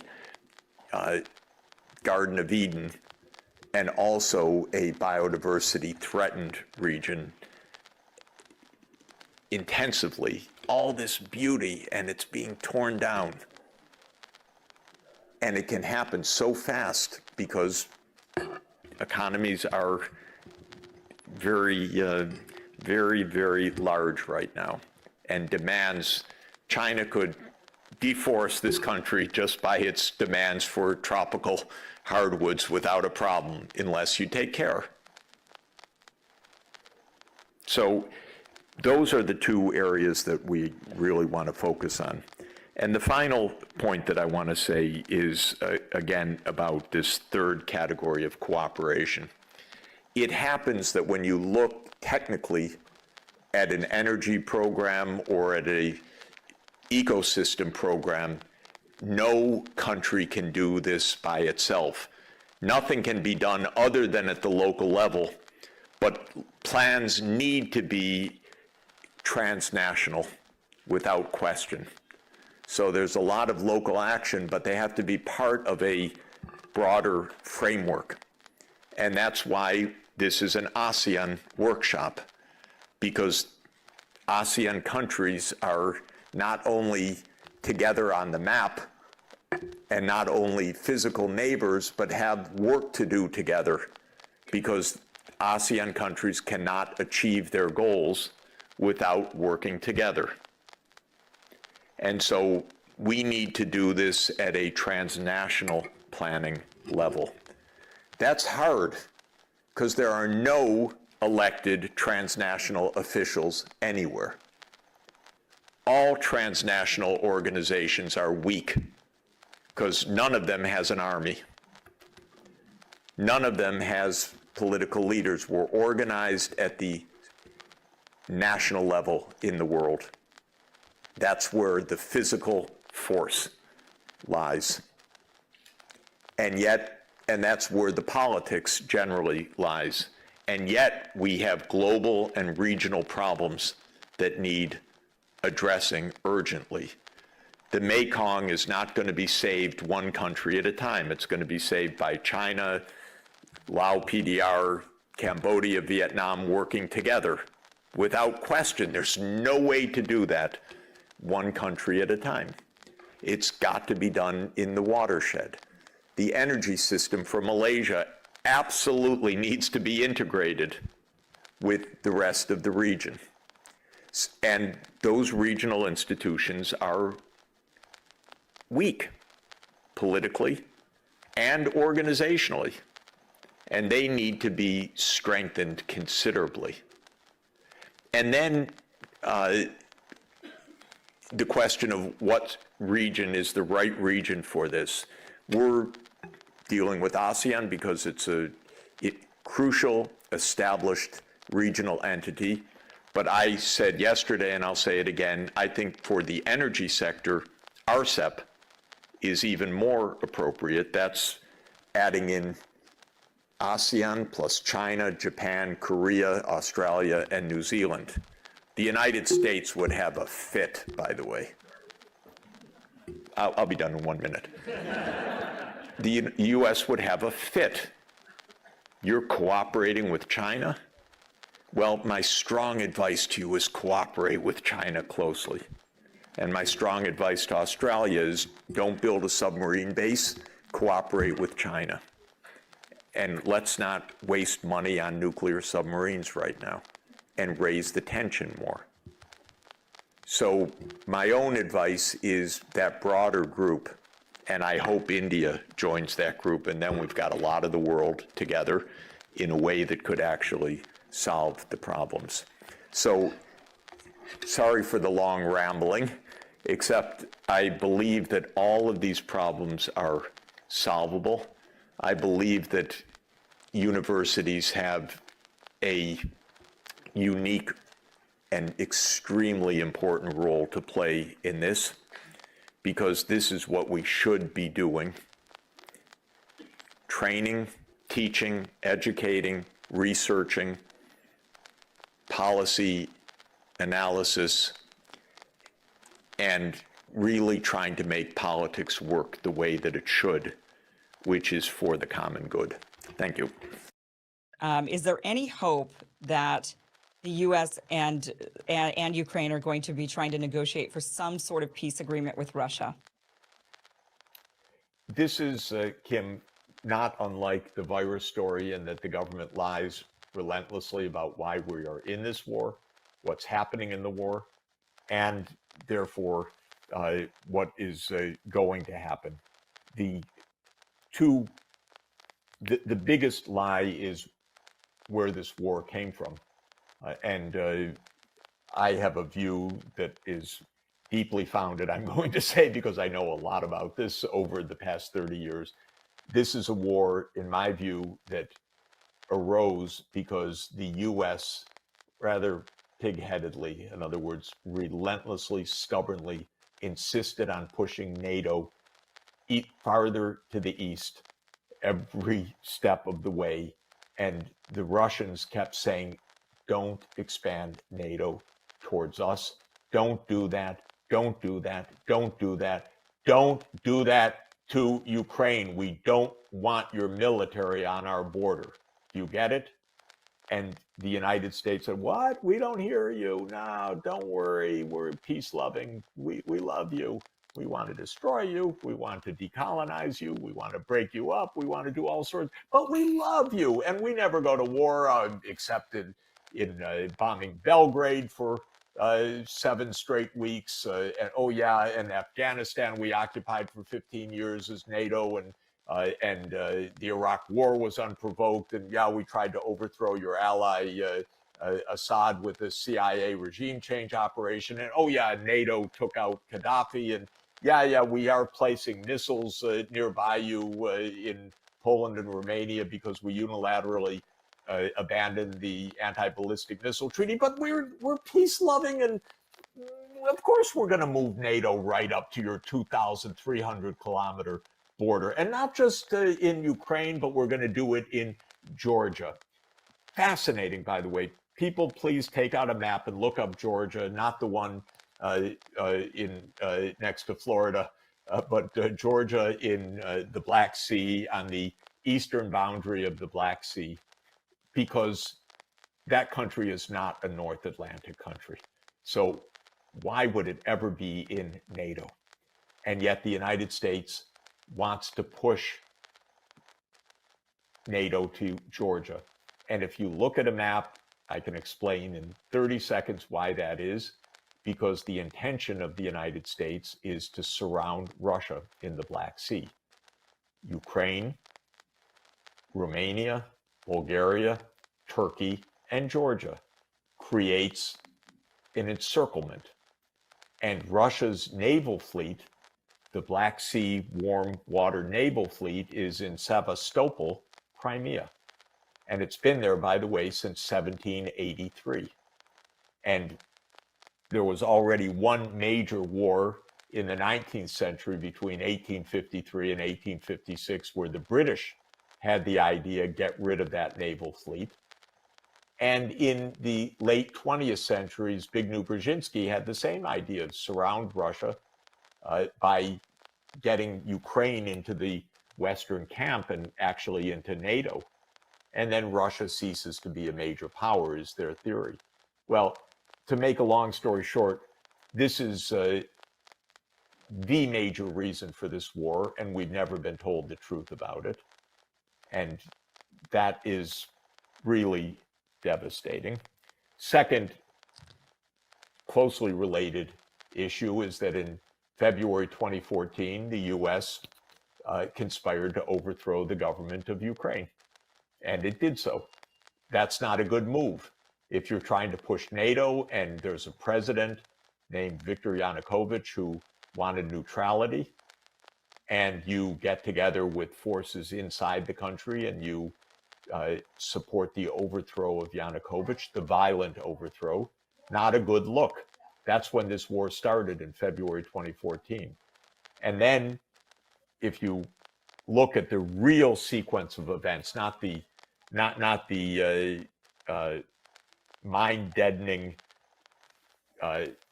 repeated mantra of the US government and the New York Times and blah, blah, blah, that this is an unprovoked attack that started in February 2021, 2022, excuse me, which is a nonsense. This isn't an unprovoked attack, and it didn't start then, it started in 2014. But in 2019 onward, the US poured in armaments to build up a very, very powerful army.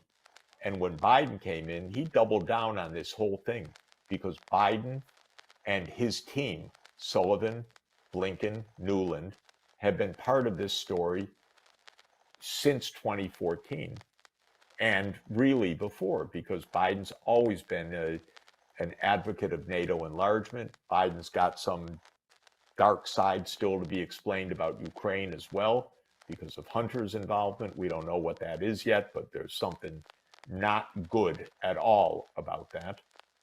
But I think Newland has been on this case of NATO enlargement. She was actually the ambassador under Bush Jr. in 2008 to where? To NATO.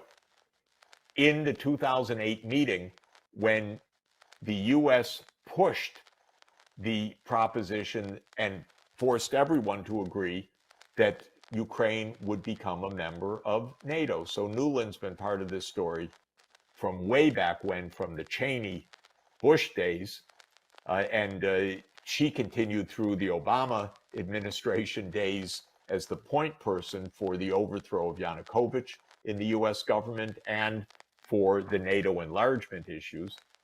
And then we started arming Ukraine heavily, especially in the late 2010s. And then Biden really doubled down when he became president and repeated actually in several high-level processes that Ukraine will become a member of NATO. And to bring us to today, and just to conclude, on December 17th, 2021, President Putin tabled a Russia-NATO security agreement in a draft based on no more NATO enlargement. And I happened to call the White House after that and said, avoid a war, negotiate. It's not even a concession. Why do we want NATO in Ukraine? It's going to provoke disaster. And I was told, oh, don't worry about it, Professor Sachs, but we'll never negotiate over NATO enlargement. It's none of Russia's business. And I said, none of Russia's business? Are you kidding? It's their border, 2,300 kilometers. How can it not be their business where the American military alliance is? But we are so arrogant that we treated it as if don't have to talk to Russia about it. Then as soon as this special military operation was launched in February 2022, Zelensky said, okay, we could be neutral. And they actually exchanged documents, drafts, and negotiated a peace arrangement a year and a half ago in March 2022. And I talked to the negotiators, by the way. I talked to the mediators, the Turkish government, in detail. And you know what happened? The United States came in and told Zelensky, no, you don't agree to neutrality. You fight on. We have your back. You're going to win. You defeat Russia. Okay, now there are hundreds of thousands of Ukrainians dead. This counteroffensive of June, July, August, and September is a killing field. Ukraine doesn't have the weapons, the manpower, the training, the air cover, the artillery to do this, even if it were desirable to do. They don't have it, so they're getting smashed. And Biden doesn't have the gumption to say, you know, this was a terrible blunder. We need to agree that NATO won't enlarge and save Ukraine, but rather, oh, we're all with you for as long as it takes, meaning how many more hundreds of thousands of Ukrainians dead as long as it takes? Oh, come on, I'm 68 years old. I know what it means as long as it takes. It means some moment the US leaves. That's what it means as long as it takes. With a lot of dead in Ukraine, in a country that has been absolutely pummeled by artillery nonstop, basically, on both sides since February 2022, but with a lot of shooting and killing that took place since February 2014. This is terrible. This is destroying Ukraine. This isn't protecting Ukraine. And so this is the real story. But again, the government lies to us. We don't get to debate it. And if you say it, you know, you're a Putin propagandist, you're called. But I have written an op-ed in the last couple of days that I've put online where the Secretary General of NATO himself, someone I know quite well for a long time, Jens Stoltenberg, said when he was speaking in the European Parliament that Putin went to war to stop NATO enlargement. But we don't have to negotiate with him. Well, great favor to Ukraine. It's interesting. I'm just looking at this map from what you're saying, and yeah, NATO has nearly successfully, completely cut Russia off from various bodies of water. I mean, you've got the Black Sea, what you're mentioning, and if they could get Georgia and the rest of Ukraine, you know, then they'll have every other area around that Black Sea, the Baltic Sea as well. They've cut them off from the Baltic Sea with Finland. These are choke points. Yeah, right. Why do you think they're trying to do that? Why cut them off from the Black Sea or the Baltic Sea? I'm curious if the Caspian Sea is next. I mean, is that what you think they're going to go after that one as well? Look, I don't know if you have used to play Risk. Do you know that board game? Yeah. It was a board game of my youth. The idea was to have your piece on every part of the world map. Then you had taken over the world. Well, that's the Neocon vision. They're playing Risk at the expense of vast numbers of deaths in many parts of the world. They want to have the U.S. military or subservient governments or supplicant governments or pliant governments everywhere on the map of the world. And this is pretty relentless.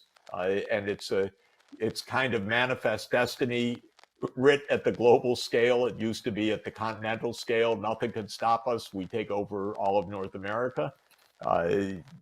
Native Americans notwithstanding, and so forth. This is manifest destiny at the global level. The only problem is others don't quite share this idea, and we are getting into an awful lot of wars, and they're very dangerous, very dangerous. This is a war with a nuclear superpower, and obviously a very powerful military.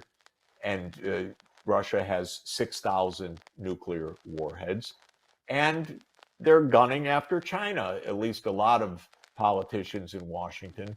I think in the last few weeks, Biden is trying to pull back a little bit, I think, from the brink, but scared always of his right flank that he'll be attacked for being soft on China and so forth. But there are a lot of hardliners on China that seem really to be preparing for war. Can you imagine anything more reckless, stupid, unnecessary, potentially Armageddon than that? I can't. So all of this is mind-boggling to me. But the basic answer to your question is no rational reason other than that they think they're playing global hegemon and they need their piece on every part of the map. What happened to Western values? Because it's a very interesting and important and strange story in a way, and it's worth reflecting on. The values that we heard about both Buddhist and Confucian thought clearly find some resonance in Christian thought, especially in gospel teachings of Jesus, and also in Greek thought, because if you look at Aristotle's philosophy, as was seen, you would find some connections that are quite important, actually, and I want to draw them out. But then Western philosophy took an odd turn, or Western thinking took an odd turn, and it's important to understand that change of values that took place starting around 1500 to today, because there really was a change of the Western philosophical approach and a divergence that is, I think, quite harmful in many ways. So if you look at Aristotle, Buddha, and Confucius, if I might, just very briefly, they're all in deep ways, not the same ways, but deep ways, variants of what can be called virtue ethics. The idea of virtue ethics is that human beings have the potential to do good, not the inevitability of doing good, and that virtues need to be cultivated to bring out the best in human beings. And this is a common idea of Aristotle, Buddha, and Confucius in the teachings. In Buddha's Eightfold Noble Path, there is the idea of the right view, the right action, the right speech, the right livelihood, and so on, as ways to cultivate the underlying virtues. Aristotle was very, very clear that happiness depends on virtue, but virtue must be cultivated. It cannot be taken for granted. And the main virtues in the Greek thought were virtues of what's called practical wisdom, or phronesis, which was the ability to choose the good over the enticing; temperance, which is moderation, which is a common virtue across all of these philosophies; bravery, which means the ability to defend the good; and justice, the ability to discern the right allocation for each person. And so those became the cardinal virtues in Western thought. But what was key for Aristotle was the idea that being virtuous is a potential of human beings, not an inevitability, because we are all bound by our bodily temptations, by our animal instincts, but also by our reason. So in Western Greek thought, reason was the predominant notion. This is not the same as in Eastern thought, but it comes to some similar points. And Aristotle said one must develop the habits of virtue. In fact, virtue or ethics comes from the word habit in Greek, that you practice, just as we heard, that you become altruistic by practicing altruistic acts.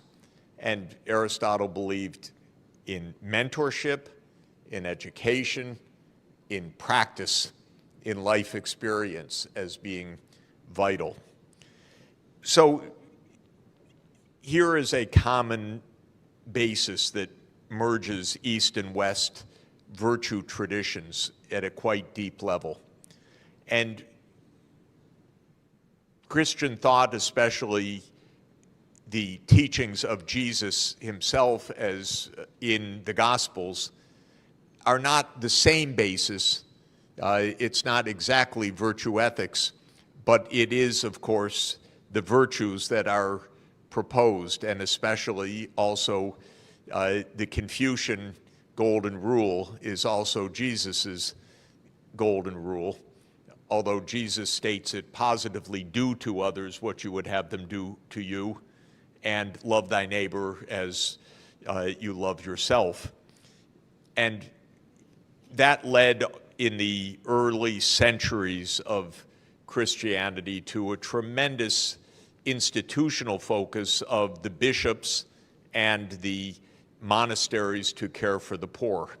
And that was a real point because the Christian communities, the emperors took care of their business and the bishops took care of the poor in a division of responsibility that started around the 4th century AD in the West. Skipping ahead 1,000 years, philosophy changed starting around 1500 in a rather deep way. And while Aristotle taught, for example, that politics is a field of ethics, and Aristotle's book, The Politics, which is the first book of Western political thought, no, let me say it's the first book of Western political science is the better way to say it, because Plato had written the Republic a generation earlier. But it's the first book of political science. It is paired with his ethics, Nicomachean Ethics, as two joined volumes, because for Aristotle, ethics and politics were the same. Of course, in 1514, I think it is, Machiavelli wrote a very different political science. He wrote a handbook for the prince, which was about how to maintain power. And political science in the West began to be the science of maintaining or managing power, not the science of producing the good. And in fact, Machiavelli was teaching the prince. He was actually making a job application back to the Medicis because he had been dismissed from the Medicis, wanting a job back that he was advising the Medicis how to hold power in Florence. Later, in the next century, one of the most influential texts in Western cultural history was written by Thomas Hobbes, the Leviathan. And this was written in 1640 as Western science was taking shape. And Hobbes wanted a scientific theory of human beings, but modeled as individual atoms that collide with each other. Because for Hobbes, there was no longer a cultivation of virtue, but rather each individual with insatiable desires. So Hobbes's model of human nature is that it is simply unbounded desire. It can't be taught to moderate desire. It can't be cultivated for virtue. It is individualistic and it is insatiable. And so Hobbes said, unless there is an overarching power, people will kill each other. And so we need a Leviathan, he said, to stop human nature from committing non-stop violence. It was a very pessimistic view of human nature, but notice the main point is no longer was there any idea of developing virtue. That was deemed to be impossible. Instead, one needed institutions to reflect harsh reality. This is the flip of philosophy. It's no longer about cultivating the good. It is about controlling the bad. Then interestingly and importantly, this was amplified at the beginning of the 18th century, first by a very influential public intellectual, Bernard Mandeville, who wrote an essay in London called The Fable of the Bees. And in The Fable of the Bees, the most aggressive bees win, but they make the hive powerful and great. And if you try to control the avarice or the vice or the aggression of the bees, the hive actually dies. So this was now a philosophy of empire, that power seeking was good because it would make the society powerful and wealthy and able to dominate over the other bees. So it was taking Hobbes and adding another element, one beehive taking dominance over others. And clearly this was a philosophy that appealed to the emerging British Empire.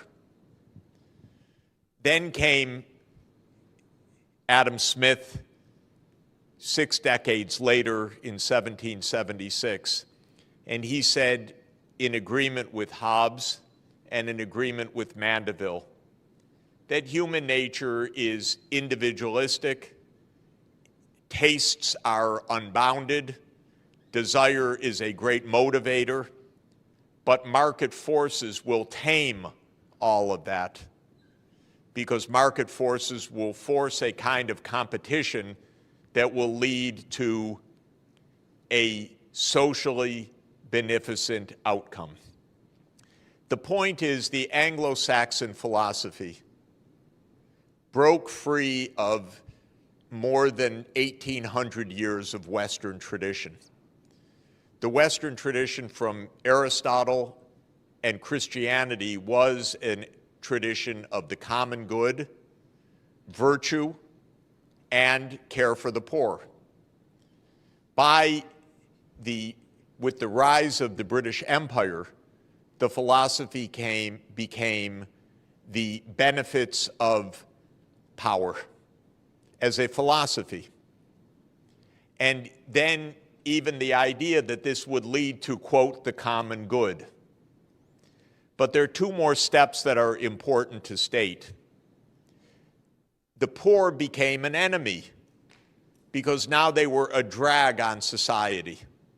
So John Locke, one of our most esteemed philosophers, wanted very harsh treatment for the poor so that they would not be burdens on society.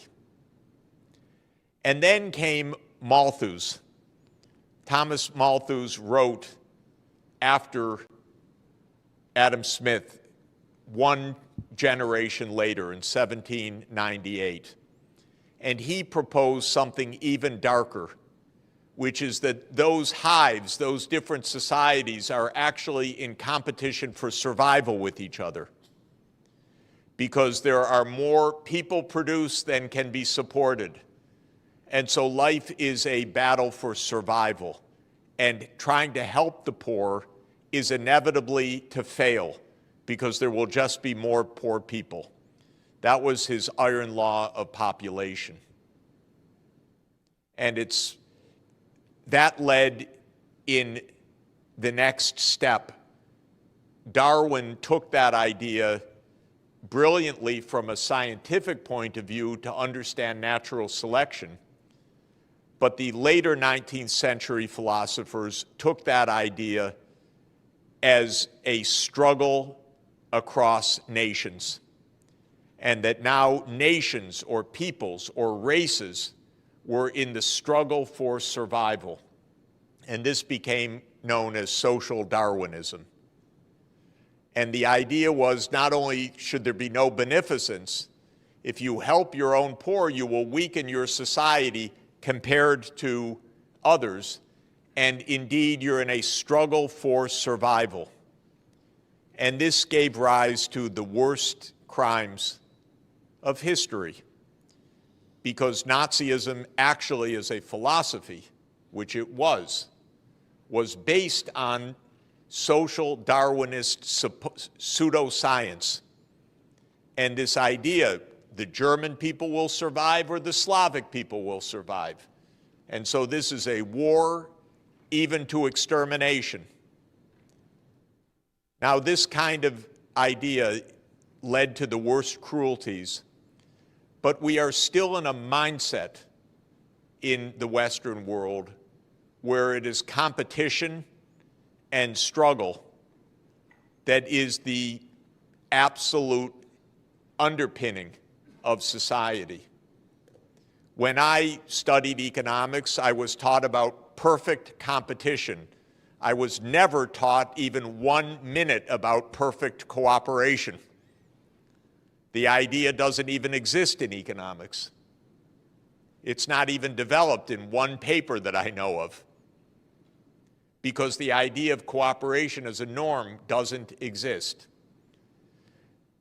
It happened, this notion of letting greed motivate action perhaps did generate the spirit of innovation to some extent. But the way that it was championed and taught, of course, led to the worst excesses.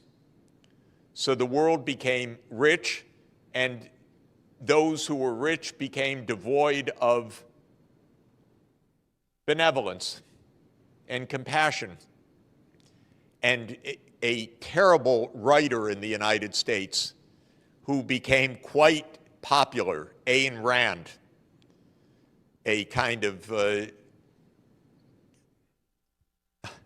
popular philosopher among young people and among many politicians, wrote a famous essay about the virtues of selfishness. So selfishness became the virtue, actually. That's the literal title of an essay. It's unbelievable, and she is championed by many still. These novels are unbearable to read, but they are part of our philosophy. So I went on too long, I know, because the sign told me to stop 5 minutes ago. But so that's not very benevolent of me. But let me say the following. I believe we've had a deviation from the right path in Western civilization. There are roots of Western culture that we can really use to find a path of virtue and politics that is ethical. But the Anglo-Saxon version deeply lost this tradition. And there are many fascinating reasons for this, but it was mainly the rise of power of the British Empire, which was in many ways an extremely nasty empire. And the United States learned everything it knows from the British Empire because it aims to be the continuation of the British Empire after World War II. And this is what needs to end, a world that can return to the common ethical principles of virtue. Now, let me just conclude by saying I am hopeful that this can actually happen. And I think you at the table need to help lead that. And we need to help explain these things. And when President Xi Jinping launched last year the Global Civilizations Initiative, I think that this is actually an important opening that is very positive, because China has said we should go back to our roots of culture to find a way forward, which I very much subscribe to. And the GCI, or Global Civilizations Initiative, is an invitation across civilizational wisdom.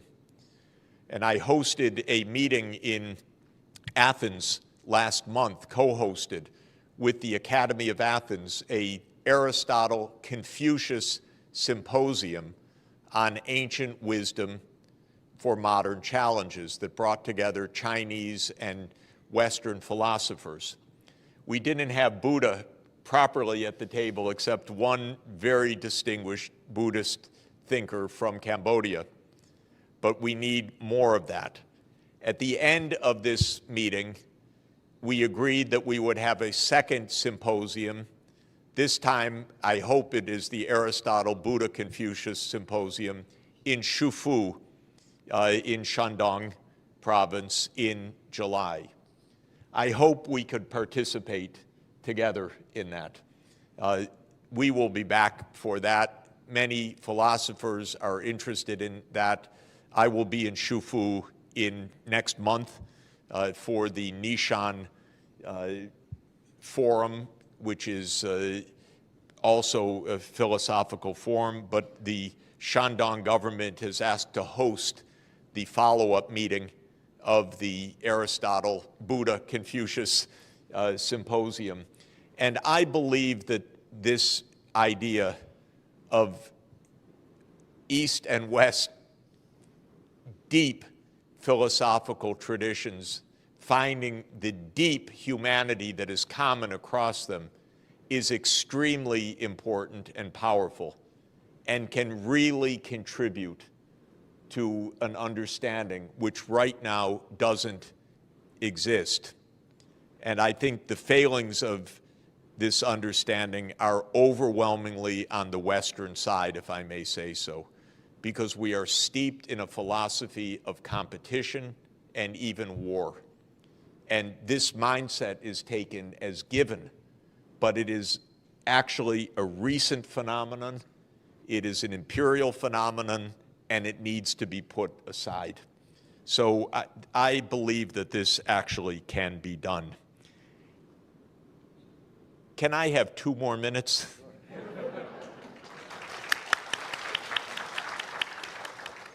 Because I want to talk about net zero by 2050. And first to say how much I admire what Dr. Shaw proposed, and is the book in English also, or in Chinese?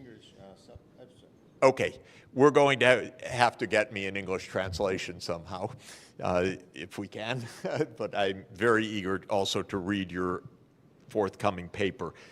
Let me add a couple of things that I think are central, but I think they're already exactly in your climate club idea. It is not possible to reach net zero one country at a time, least of all for an island. We need an interconnected energy system, region by region, because if you are tapping renewable energy, it's intermittent. So it's sunny here or windy here. This needs interconnection. And East Asia should be interconnected in a common grid. There is a mainland China program called GuideCo, Cooperation Organization, that is the China State Grid engineers who are doing analytical work on interconnecting regional grids for Africa, for South America, for North America, for Europe, and for Asia. This is very important work. Taiwan should be connected to the mainland in a power grid. And the mainland should be connected with Mongolia, and it should be connected with the ASEAN countries, and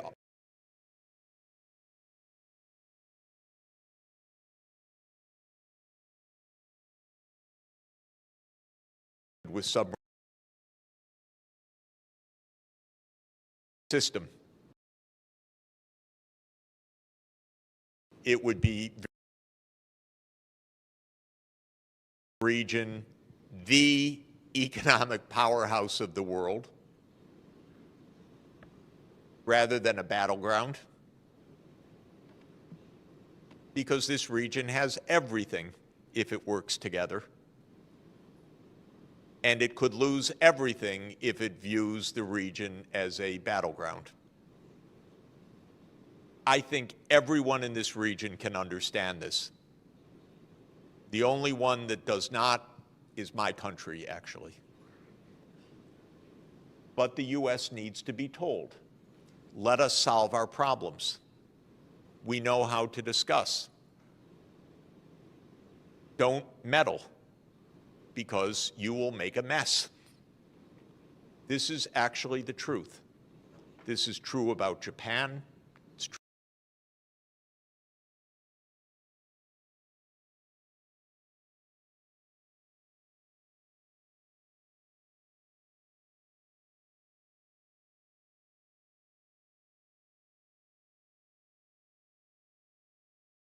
of zero carbon energy and all the cooperation that would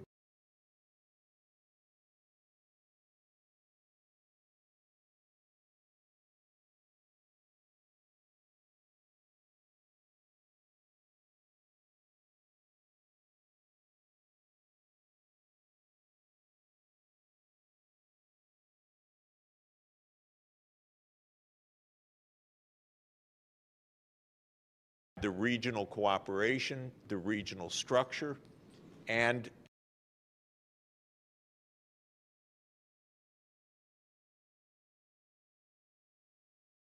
pose and probably roadmaps that show the physical interconnectedness, what technologies, where, as I've been saying,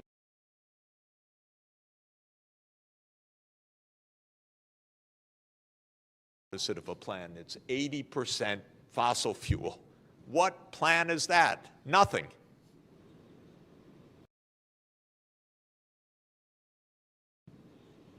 Please, don't encourage them. So show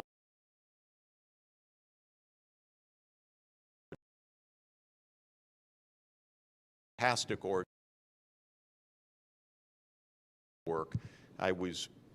Sonia and I were just in Beijing with them a couple of days ago. We'll come back for a meeting that they're hosting on September 26th for a worldwide meeting on energy interconnections. I think that this is really absolutely at the core.